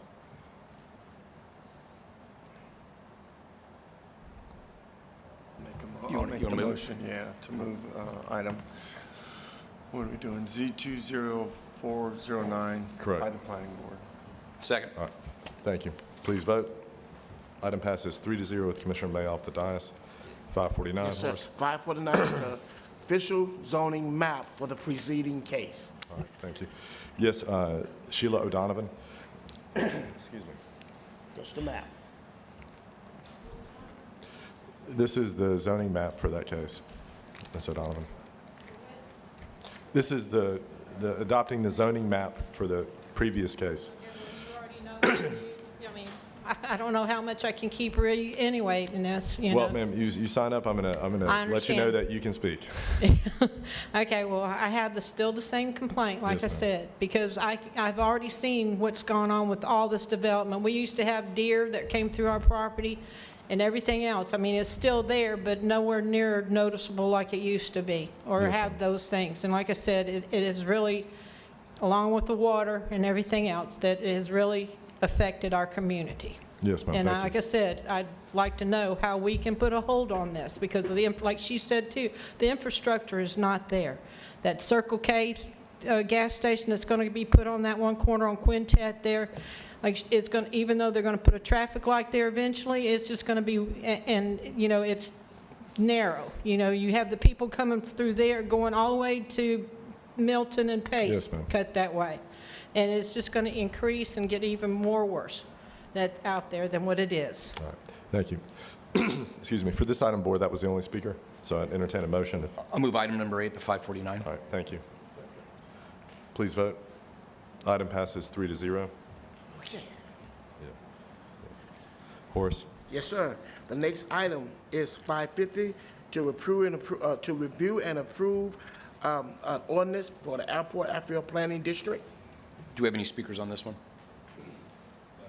Commissioner Bergosh, we don't have a speaker now until discussion item 1. Okay, I'll move item 9, the 550 in the affirmative. All right, please vote. Item passes 3-0. Horace? The next item is a GMR action item for recommendation concerning a final plat approval for Highland Ridge, final plat. Entertain a motion? I'll move the item in the Thank you. affirmative, A, B, and C, Thank you. and D, excuse me. All right, please vote. Item passes 3-0. Horace? The next item is a recommendation for concerning a hold harmless agreement. I'll move the hold harmless agreement, number 2. Thank you. Please vote. Item passes 3-0. Horace? Yes, sir. And the last item is the consent agenda. I'll move the consent agenda. Thank you. Please vote. Thank you. Item passes 4-0 with Commissioner May back on the dais. Mr. Administrator. Thank you, Horace. Drew? Thank you, Mr. Chairman. 27 items on the technical public service consent agenda. There are no changes. Hold card 1-20 for Commissioner Berry to abstain. Yes. Do we have any speakers on the balance? We do not. I'll move the balance. Thank you. Please vote. Balance passes 4-0. All right. Mr. Chairman, there's 75. All right, You item- abstain. You got to abstain. Yeah, so item 20 is concerning a scheduling of a public hearing for September 5, 2024, 5:32 PM. Consider the petition to vacate a portion of unopened right-of-way known as Jackson Highway. And Meredith Bush is representing 2 LLCs, one of which I have a conflict with the principal of. So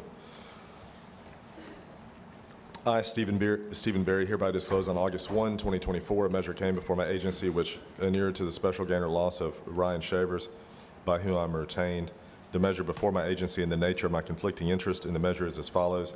Escambia County Board of County Commissioners meeting August 1, 2024, County Administrator's Report, Item 1-20, recommendation concerning the scheduling of a public hearing for September 5, 2024 at 5:32 p.m. to consider the petition to vacate a portion of unopened right-of-way known as Jackson Highway. Presents a conflict of interest pursuant to statute 112.3143 Florida statutes, or the appearance of a conflict of interest pursuant to statute 286.012 Florida statutes, because Ryan Shavers, one of the principals of Panhandle Land Holdings, is my client. I'd entertain a motion for the item. I'll move item 20 in the affirmative. All right, thank you. Is there a second? All right, please vote in the affirmative. Please all vote. All right, thank you. Any dissent? Seeing none. Any abstain? Seeing one. Item passes 3-0 with myself abstaining. Mr. Administrator. There's 75 items on the Budget Finance consent agenda. There are no changes. Hold card 2-51 for Commissioner Berry to abstain, and there are no speakers. Oh, wow, beautiful. Move the balance, please. All right, please vote. Please all vote. Item passes 4-0. Mr. Yes, Chairman, sir. before we move on, I want to thank these folks for sitting in the front and all their advocacy. We just passed something that's very profound for the inter-area community. I appreciate each and every one of you and everything that you've done. Mr. Geary, you in particular. Debbie Bowers has worked hard, Steve West. This has been a long time coming, and I'm very proud that we've been able to pass this. I appreciate your patience tonight. You see how this works and all the issues we have to deal with, but as far as it goes for your community, I look forward to seeing how you implement this plan, and congratulations. Thank you. Yeah.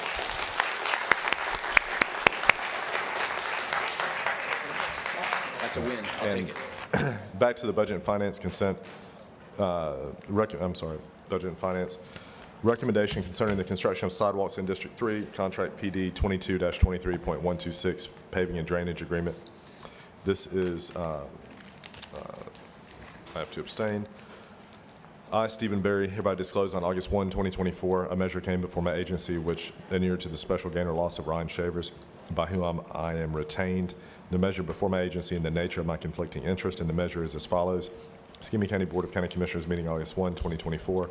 County Administrator's Report, Item 2-51, recommendation concerning construction of sidewalks in District 3 on Contract 22-23.126.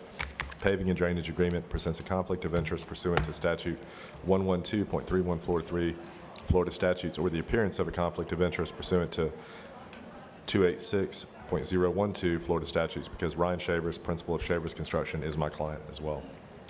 I'd entertain a motion. I move item 51 in the affirmative. Is there a second? All right, please vote. Any dissent? Nope. Any abstentions? One. Item passes 3-0 with myself abstaining. Mr. Administrator.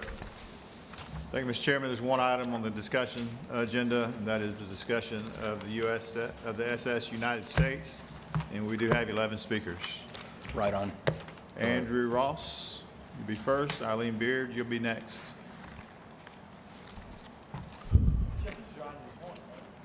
Yeah, but we got speakers now. Good evening. I'm Captain Andy Ross. I'm with Niagara Dive Charters. I run a scuba diving charter here in Pensacola. And I'm in 100% support of trying to get this SS United States sunk out here.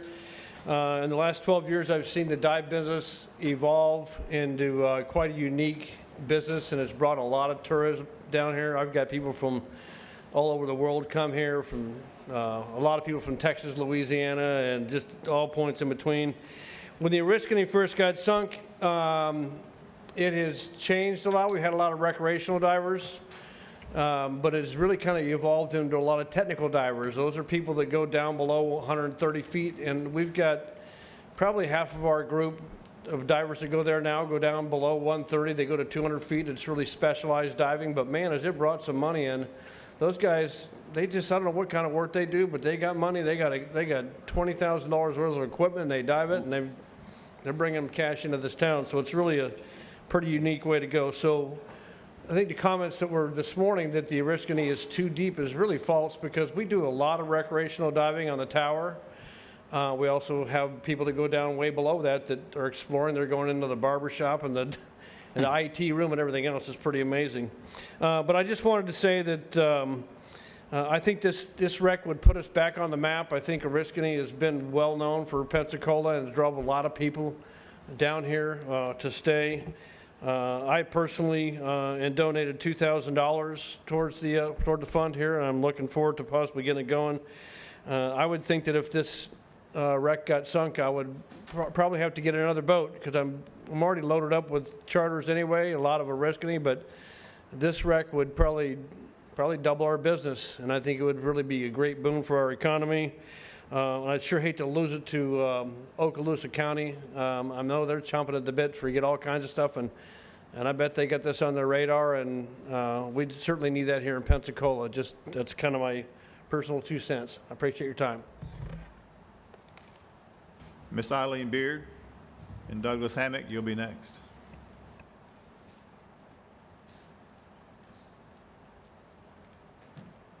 Eileen Beard. I'm representing myself as well as the Marine Advisory Committee for Escambia County.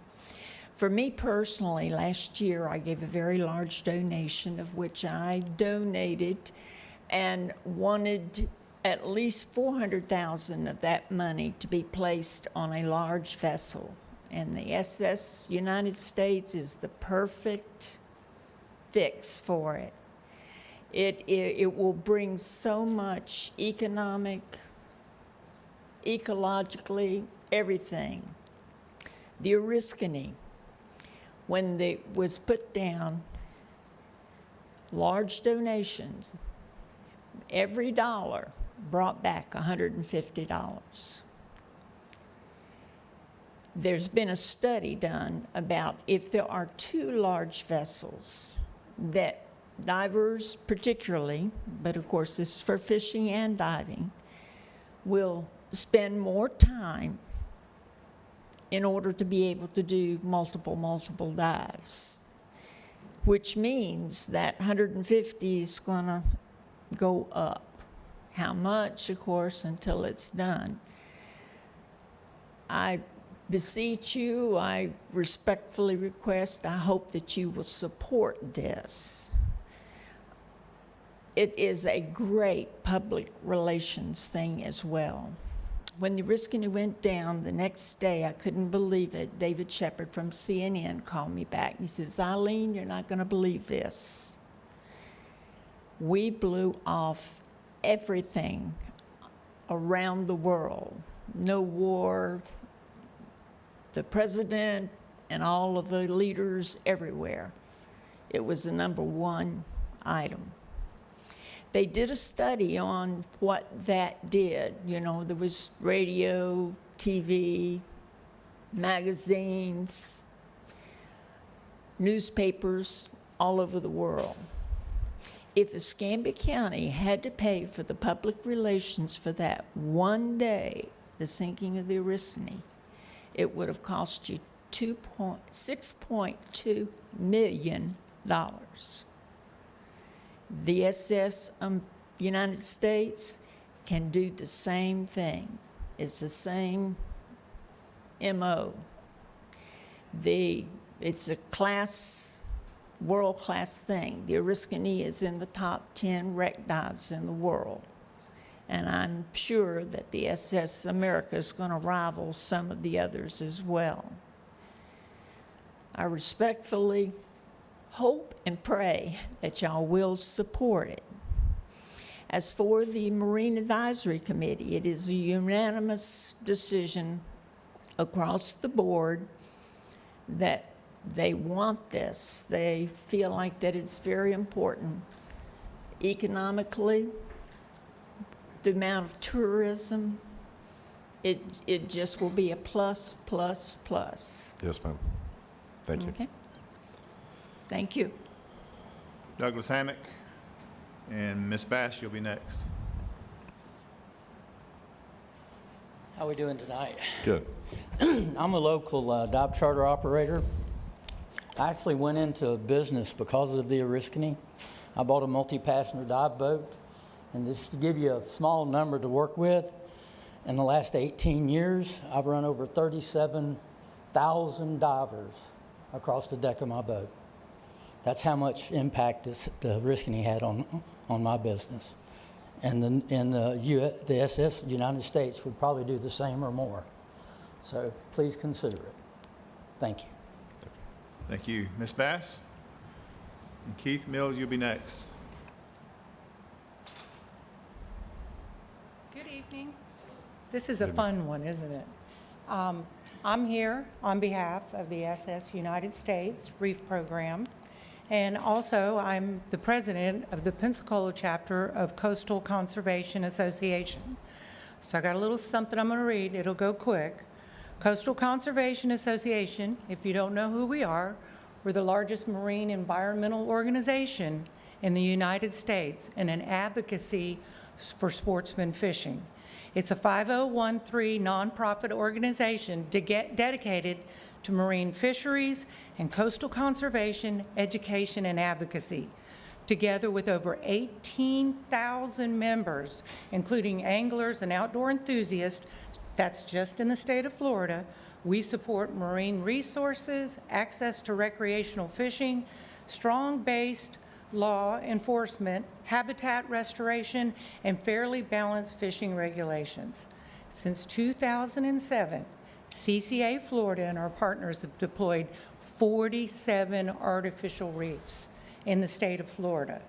And as a matter of fact, the first artificial reef program we did was in Pensacola with the limestone module deployment. And that one was in 2007. We've also done 8 large vessel deployments. Artificial reefs are important. Everybody knows that. They mimic the natural environment.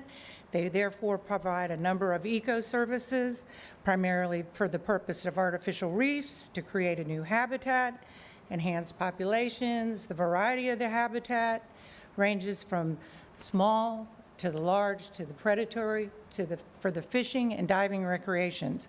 But economics. Economics is the benefit provided by these artificial reefs in a very substantial and well-documented way.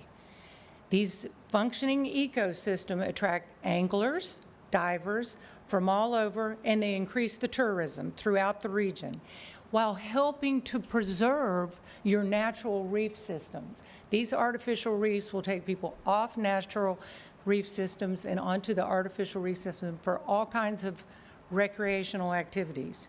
But let's just move forward to 2024.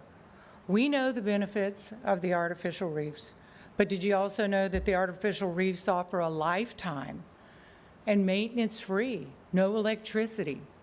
They're just there. So really, it's intense fun for fishing, for diving, for education. You just add the water.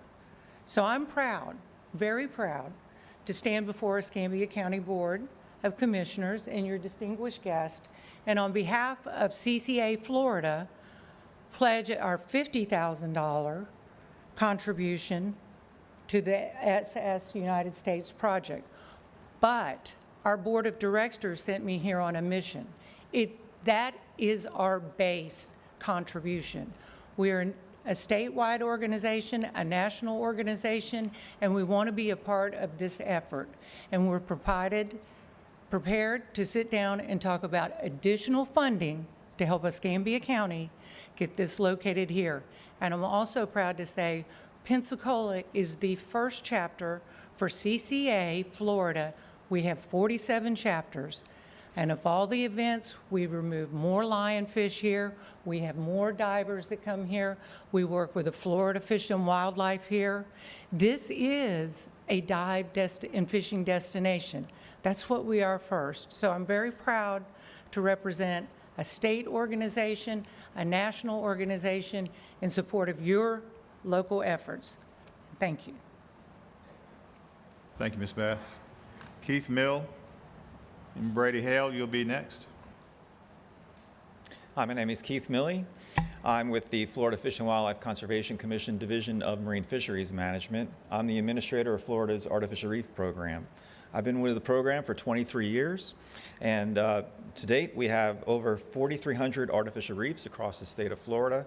We work with 35 of our coastal counties in partnership to construct these projects. We have 555 vessels and barges across the state as artificial reefs, and these include 3 other large vessels, the Spiegel Grove in 2001, Oriskany in 2006, the Vandenberg in 2009. These were all deployed under my tenure with the program. Half of our artificial reefs are funded through the FWC Artificial Reef Program. The other half of the funds come from partnerships with counties, nonprofit groups such as CCA, and counties are utilizing funds such as tourism development funds, parks and recreation, or special vessel registration programs to help fund these projects. The benefits, as some of the prior speakers had mentioned, are enhancing our recreational fishing and diving opportunities, increasing reef fish habitat, promoting maritime heritage, and providing socioeconomic benefits to local communities.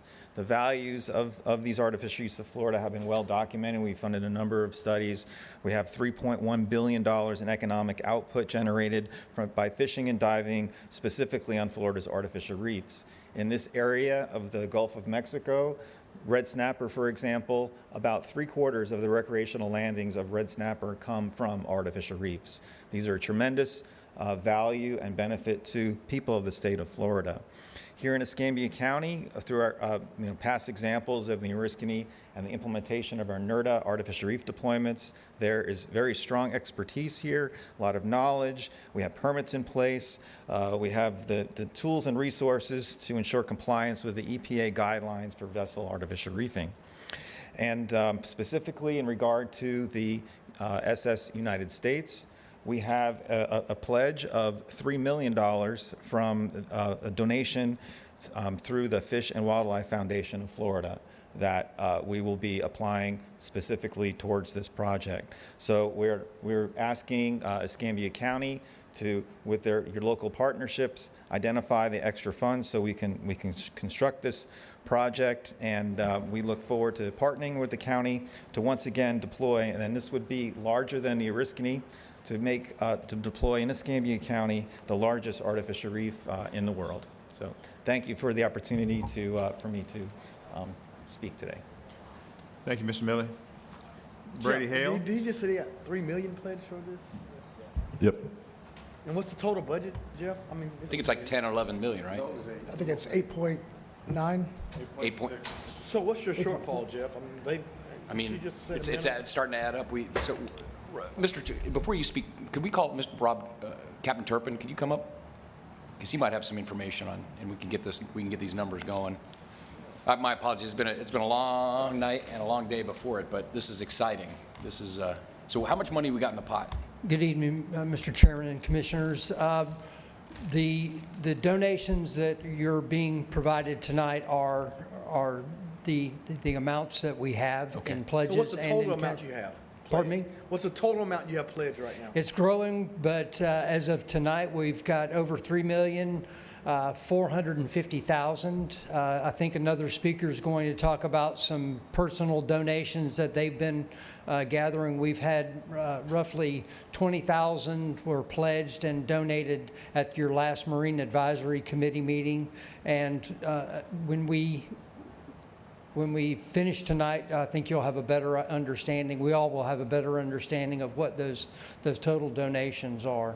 Okay. And we are also working with our So you have those pledges in writing? Yeah, the 3 million, the 50,000, and we also have the 450,000. Yeah, 450. We have the 400,000 in the Escambia County Aquatic Resources Stewardship and Endowment Fund. So we have those monies from Miss Eileen Beard are in our account. Wow. So Impressive, Jeff. we're approaching 4 million. And I believe the question is how much is this going to cost? We do have the unsolicited proposal for 8.6. That does not include the docking. We're working with the port and the city of Pensacola to refine the number of what that would actually cost. So, How hard is that $8 million?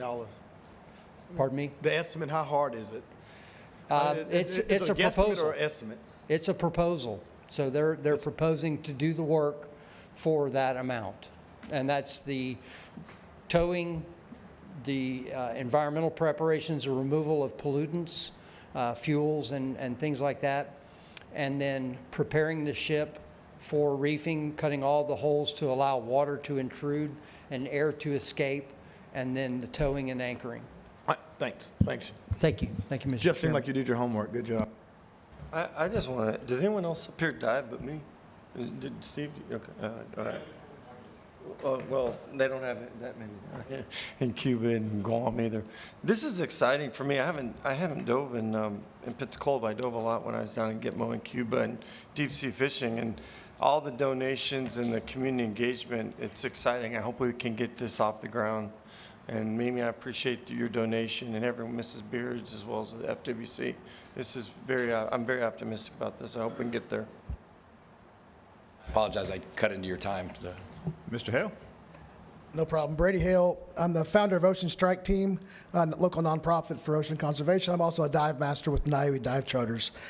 Bear with me if I cut this down, as a lot of people already talked on the points, and I don't want to belabor them. I don't think there's any discussion, or I don't think there's any disagreement that this ship will benefit Escambia County financially and from a stakeholder's perspective. So many people are here with checks in hand, ready to do this. I just want to talk a few things and clarify a few points. Number one, a large number of people in all of your districts will benefit from this rec. It's not just divers. It's not just the tourism agency. It's also the employees that are working at the restaurants, that are working at the hotels. They're going out. They're going home to your districts to spend their money that they made at their jobs based on this in gas, in food, and buying a house, and in rent, and things like that. So it's not just a dive and fishing initiative. It's all of Escambia County. Tourism will definitely help fund businesses and help fund more employees. There's no project that I know of that costs less than $9 million, returns over $2 to $3 million a year at a minimum with no maintenance costs whatsoever. When we look at, you guys have to look at how money is spent, and is this a good use of tax dollars? I can think of no better use of tax dollars than an ROI of $2 to $3 million a year that doesn't cost us a thing after we drop it. We haven't, actually, Eileen Beard mentioned this briefly, the media value for this wreck. Already, the international and national media have picked up on this, the fate and the saga of this historic wreck. Newsweek, CNN, USA Today, the Daily Mail in the UK have picked up on this story. Scuba News has already started Commissioner Bergosh, off of your blog. They have picked up the story and already saying that we are looking at getting this wreck. 3 days after Scuba News put that out on the internet, I had a dive group from Los Angeles, California that's dove with us several times in the past. They're over 300 divers, and they called and said, if we get this wreck, can we book the first 2 weeks? Because we want to be the first 300 divers on that wreck. So to talk about an impact, it's absolutely huge.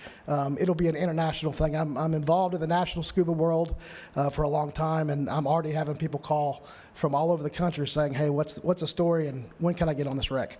So we appreciate your time. We appreciate your consideration.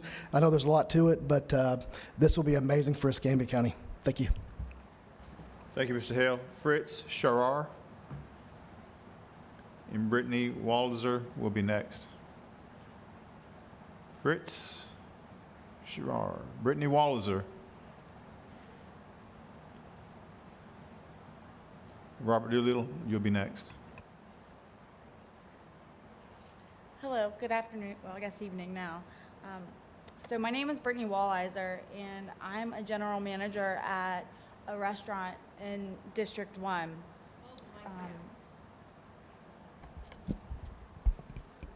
Better? Okay. And our success heavily depends on the tourism that we get during the summer, and it keeps my doors open during our off-season in the winter.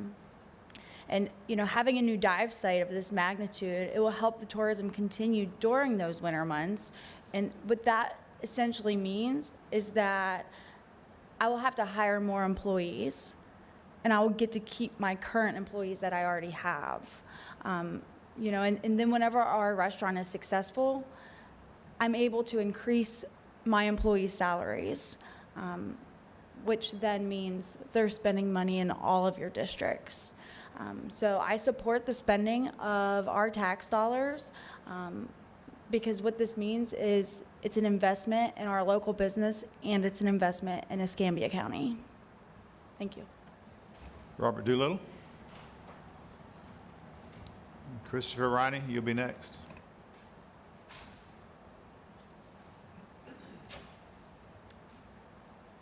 Hello. I'll keep it brief. My name is Robert Doolittle. I just want to say that I am a dive master with Niue Dive Charters. I'm also actually a paramedic with the county, and I just want to stand in support of this initiative and get this done. Cool, right on. Christopher Riney. And then Curtis Freeland, and Mr. Freeland will be our last speaker. Good evening, Commissioners. I'm Christopher Riney. I am a local dive instructor. I'm also a captain and a dive master for Niue Dive Charters.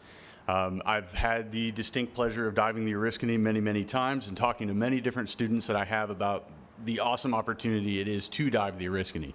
Getting something like the SS United States would only increase the amount of students that I get to shape and mold and turn into excellent divers that get to come out to the Gulf and enjoy. Just as a point of how far-reaching this really is, I have had a tour group that I have dove with as a dive master that came all the way from Australia. They came from Australia, they stayed here for 2 weeks, and they dove the Oriskany, I believe it was about 6 different times. And they lugged all their gear with them, and they stayed in hotels that entire time, and they ate food, and they spent all the money. It was an absolutely amazing economic impact, and I got to see it just right there because dive masters work for tips, so they had to pay me too. And as a local dive instructor, commissioners, if any of you are interested in diving, please look me up at Dive Pros. Curtis Freeland.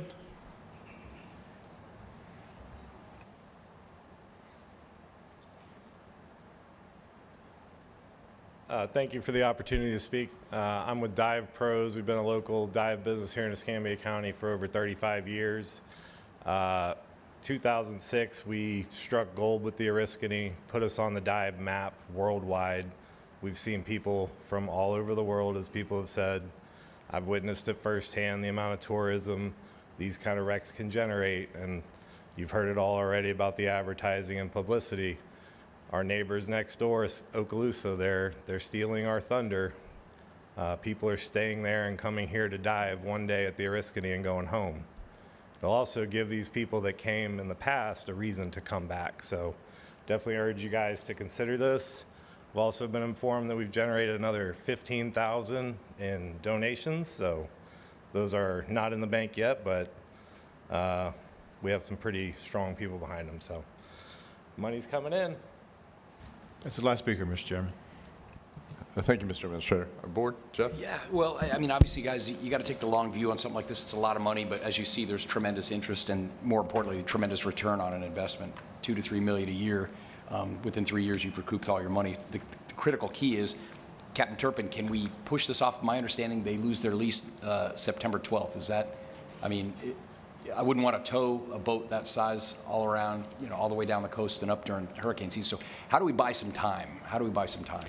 The Conservancy, the SS Conservancy, the owners of the ship have appealed to the judge that made that order and cited hurricane season as the primary reason for that. By the judge, if the judge gives them more time, it gives us more time to develop the funding plan, put together the funding package, and comply with all the procurement rules and regulations to do this. Can I ask you a real dumb question? So if the judge doesn't uphold that and says they can be evicted, what do they do with the boat if they kick them out? What do they do with it? What happens to it?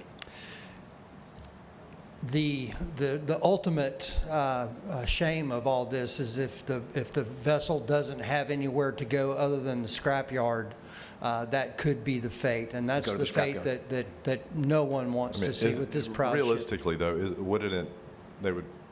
it's probably like us dealing with the code enforcement issue. I mean, they would probably start, well, now we really said you need to get this out of here by September 12th, and we're going to start finding you $50 a day or some sort of that. I don't think Well, that they there's could a reason abandon for alarm that it's going to get scrapped on September Mr. 13th. So are they donating this ship and you're just paying for sinking it, Jeff? And what's No, I think we're paying, break down the costs I for mean, everyone. because if they can't get rid of it, I mean, how are you buying it? Chips Kirschenfeld has submitted some terms of agreements with the Conservancy, but those terms have not been finalized. I don't believe. So is it out like for bid, or, I mean, what, you're making an offer? I mean, are they donating? I mean, how are you determining the cost of it? As far as I understand, with the unsolicited proposal, that entity is offering for some price to the Conservancy to acquire the vessel. So there has not been a price put on it yet? No, sir. So how did we come up with the $8 million price tag? Is that just for, That was the terms that were offered by the entity that has offered to acquire the ship from the owner. So if that entity acquires the ship, then the offer would essentially be a sole source. So, there is uncertainty as to whom the Conservancy will offer title to the ship. I'm not smart enough to understand it, but why would you have a middleman offering it, then brokering it, and to sell it to the public entity? Why wouldn't you go directly to the source and get it? I mean, it seems to me that if you said if you don't buy it, it gets scrapped. I mean, I'm trying to figure out the stewardship in terms of public. The entity that owns, that has offered, has been looking at this ship for a number of years. And reefing was their priority, according to what I've been told, but they do have scrapping as their bailout. So there's some value in the scrapping. Yes, sir. So we just have to figure out what the economic value of the scrap is. Right, exactly. Versus what you're going to offer versus a market, because I can't believe that there's a market value to it. Yeah. Commissioner May, just to answer your question about dealing with a third-party entity, we had a conference call with the owners of the ship last week, and we asked them about dealing with them directly, just the county with them. And they asked us to submit them a term sheet of some of the items that we would request, and we did that. But what we're asking you Tax break is what we're going to give them. Excuse me? A tax break. Tax break. So what we're asking the commission tonight is to authorize us to continue the negotiations, continue the fundraising, and as we talked about this morning, amend the multi-year implementation plan for the Pot 1 funds so that we can start that process. And how many millions could we get out of that? We have, I think, Tim, you checked the balance today. We have, what, 9 million, 10 million available? That's That's not unencumbered? These are unencumbered? Well, I mean, it's all allocated. I wouldn't say it's encumbered. We've allocated a lot of it. It is How much money. is unallocated? It's money that would be available for projects in our districts if we didn't spend it on this. So just Right. let's continue trying to go get grants from other people and Yes. other agencies and every other source before we come back to anything that we could put on the ground. Right, Of course. and Jeff, that was my point to this morning, what Stephen is referring to. I mean, obviously, there are some other priorities as well, but, I'm going to be supportive. Jeff, I see Darren here and I see Alex. What's the commitment from the city? And I know, obviously, you hadn't went to the tours. Chip, you can stay, because you may know the answer.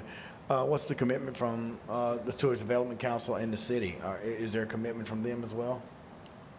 Well, as we discussed this morning, one of the requests of the commission is to encourage us, authorize us to work with Commissioner Burgash, who's on the Tourist Development Council, and appear before them at their meeting on August 20th and talk to them about funding. Ooh. The meeting's August 20th?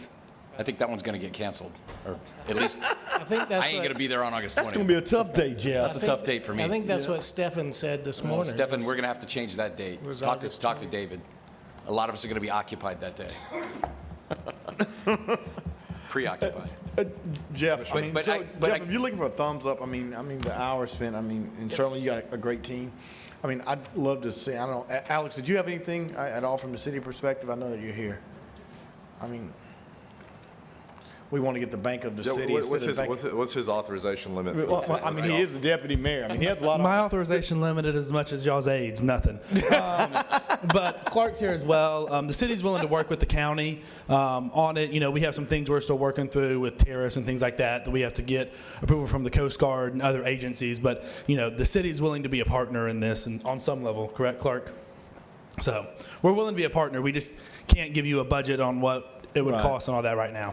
So you don't know what your financial commitment would be? No. All right, well, when you get back downtown, can you talk about that Chappie James Museum? I mean, we need to get that too. We don't want to sink that. We want it to stand up. You know, I mean, I certainly want to be supportive and, you know, hypothetically say, hey, let's go full gears forward. But it is the first time that we've discussed it. Sure. And I don't want to clip off. I don't want to clip off restore money if we, you know. Yeah, no, It sounds like it's something that's got, you know, very broad appeal and very, you know, and even the young lady that spoke about, you know, the state organization that made the $50,000 commitment.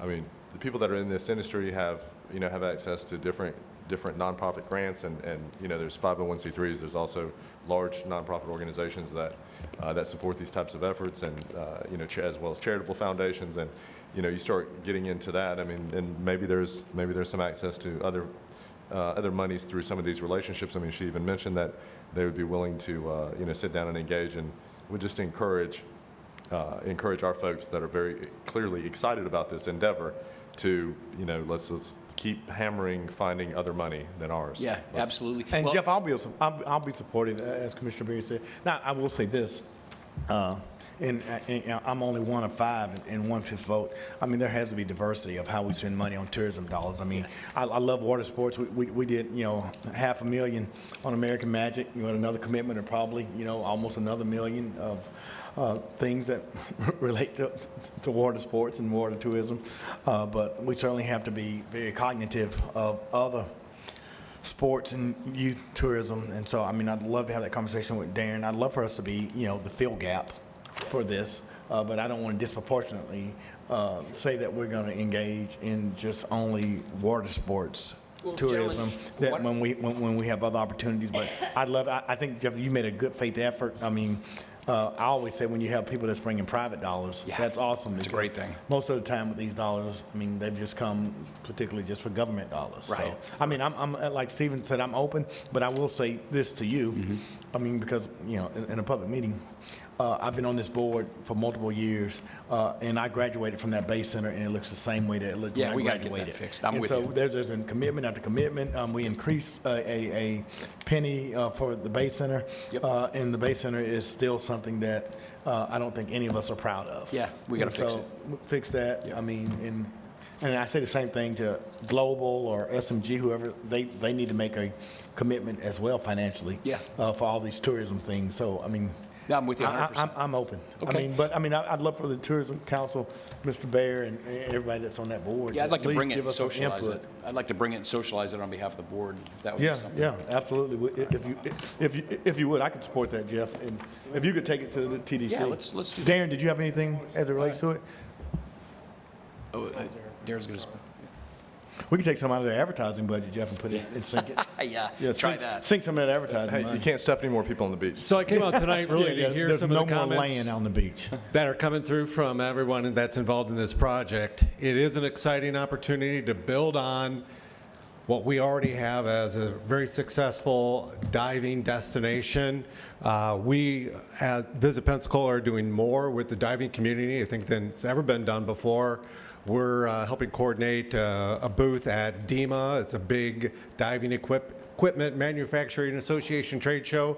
It's been in Orlando, it was in New Orleans. This year it's going to be in Las Vegas. So we go in support of the diving community. We also work with the Northwest Florida region, which is 3 other big counties that are participating in that: Okaloosa, Bay, Walton County. Some of those other counties have some advantages we don't have. Some of it's just double or triple the amount of TDT. Yep. Some have put funds aside specifically to buy wrecks, and they have a war chest. And so I'm sure Okaloosa would love to scoop this away from Escambia County. It is a big investment. We don't have that war chest. We do some reserves, but that is not one of them at this time. It's something maybe to think about in the future as we fill up the marketing reserve and the special events reserve. Maybe there's a time to start putting some money aside for that. But unfortunately, the opportunity is right now.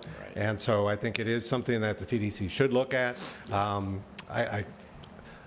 I'm going to bring. I'm here in agreement of everything that's been said today. Okay.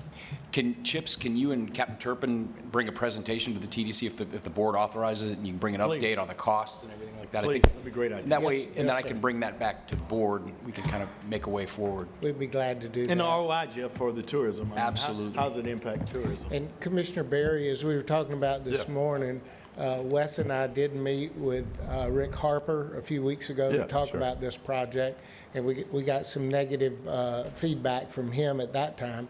But after your thoughts this morning about working with UWF and make it an educational grant proposal, we'll go back and do that. Especially as a fraction of the overall cost. I mean, the appetite, they're not going to be a 50% funding partner, but the thought of could they put in, 10%, 10%, 15% of the project, that's, Right, those are exactly. reasonable numbers. I mean, they want projects to be successful. This is one that, especially from our two friends that sit on the board, this is one that there's very little ambiguity in. If they're putting the last, 10 or 15% in to close the deal, it'll be sunk in, I don't know, 3 months or whatever the time frame is, very, very shortly. So it's one that they can, really point to as a success very, very quickly, rather than the build out that it takes with many of these long-term projects that are job creation and even, those kind of things. I mean, if they participate to some, even minority degree, it sounds like it'll be sunk quickly, and you could have UWF students on there in the spring semester. I mean, it sounds like. And Stephen, that's why, Jeff, I hope, Chips, I know you're very close to the marine biology department at the university. I know that they're aggressive, and I think we have some mutual friends there, and I think they would look at some allocations. I mean, I think with the position that Representative Andrade has, this is a great time, and we'll have Senator Gates there to do some appropriations. I think it's a good And chance. UWF has a diving program. Captain Turpin used to be the head of that program before he came to work for the county. And certainly this would be part of that diving curriculum. Right. And Jeff, I mean, if you get real creative, you could take, I know Stephen probably doesn't agree with taking LOST dollars, but you can take the District 4 LOST dollars, and you can. Depends on where we take them from, buddy. Yeah, I mean, you could get all of those. I mean, if you bring them to the next meeting, and you can go ahead and allocate all of those District 4 dollars. Who would be mad? I mean, you're not going to get much opposition, so if you want to bring that, it'd be great. I'm sorry, ma'am. I wasn't on the list to speak because I didn't really want to, but hearing you guys talk about the SS United States and shipping, everybody on the Marine Advisory Committee knows me, and I just want to put my name up there and what I'm about. So you guys, since you're just starting to talk about this, I need a chamber here, a hyperbaric chamber. And I have no problem with diving. Dive it, Pensacola spends so much on their advertisement and getting tourism, but they don't tell you if something happens, we can't help you. And I really think that's something that needs to be continuously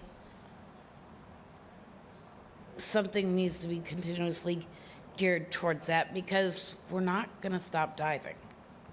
Yes, ma'am. And if you could, please, is there still some way to sign up in the back? Okay. If you would please give your name to somebody in the back, just so we have a record of you speaking. Okay. Okay, thank you. So, Yes, ma'am, ma'am. I just want to, when I was ex-OED at MOTSI, this came up regularly because we have a hyperbaric chamber over there at NAMI. And we can resolicit an emergency stuff. I know that they had some concerns with that on staffing, but the amount of emergencies that we had the same situation in Guam because we only had one hyperbaric chamber. I think we should try to work with the base for emergency cases because I don't know if they'll do it, but it happens in other places in the world. It happens in Guam. Whenever we had a civilian that had a hyperbaric chamber emergency, we would have to take care of them. So it's something that maybe we can look into. Well, I've heard that the base, the base is an option or whatever. It's really not. I mean, they really don't open for anybody other than, divers in the Navy. They don't do much. All right. Thank you, ma'am.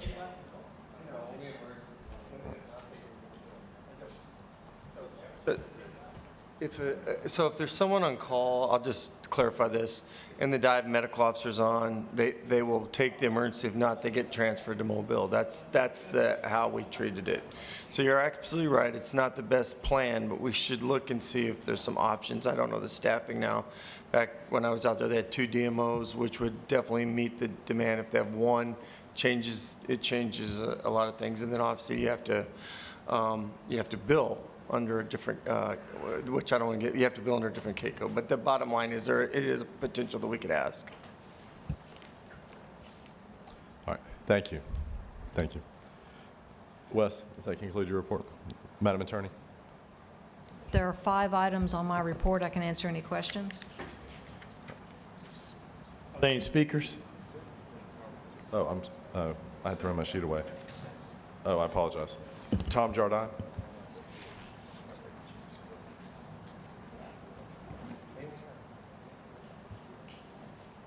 Okay. Do we have any speakers, Mr. Chairman? We did have one signed up. I don't see him still here. So If we don't, yeah. So let's have at it. yeah, so if you don't have any speakers, can I just move all of them, Allison? So if I can move all of them, I'll just move all of them, Mr. Chairman. Moving 1 through 5. All right. Yes, sir. Is there a second? Second. All right. Please vote. Items passed 5-0. Congratulations, Madam Attorney. Anything else? Mr. Chairman? Yes, sir. Mr. Chairman, before we end, I just wanted, Wes and I have talked, actually, I've talked to the mayor and the mayor department, and certainly have talked to commissioners from Santa Rosa County. In light, obviously, we had a shooting last year at Bellevue, Jeff, in your district. It was a killing. We had a shooting in Wedgwood, and so I've talked to one of the executives of the leagues just for football, and would just love to have the support here that for this season, that with all the violence that has plagued our high school football games and our little league, that we don't start games after dusk in our parks just for this year, in our county parks. And I think the city is, certainly having that conversation, Alex, as well. I know I am involved in 2 fields, at McGee Field and at Legion, and so I think we're Do we going to need follow a suit. motion second on that? I think Wes could handle that as a directive if Michael Rose is there. Michael just left. Michael just left. Yeah. I think Steve has one in his district. I have John R. Jones and Brendan in my district. You have Bellevue and Steve has Cantonment. I'm all for it, man. I've got Cantonment. I've got 2. I've got Cantonment and NWE, but yeah. But and quite frankly, Steve, Cantonment and NWE, it's not affected because they don't have the 18 parks, so they're done anyway before dark. So typically, it would just really affect, it wouldn't even affect anything. It would affect Bellevue, which had a killing in our district, and it won't affect Brennan at all because they only have 5 teams. But Yeah, you got directly. Commissioner, you got the full support of the board for anything you need to do. I think Wes can manage himself accordingly. So you got the full support of the board. I appreciate that, Mr. Chairman. Yeah. Thank you. All right, board adjourned. Oh, yeah.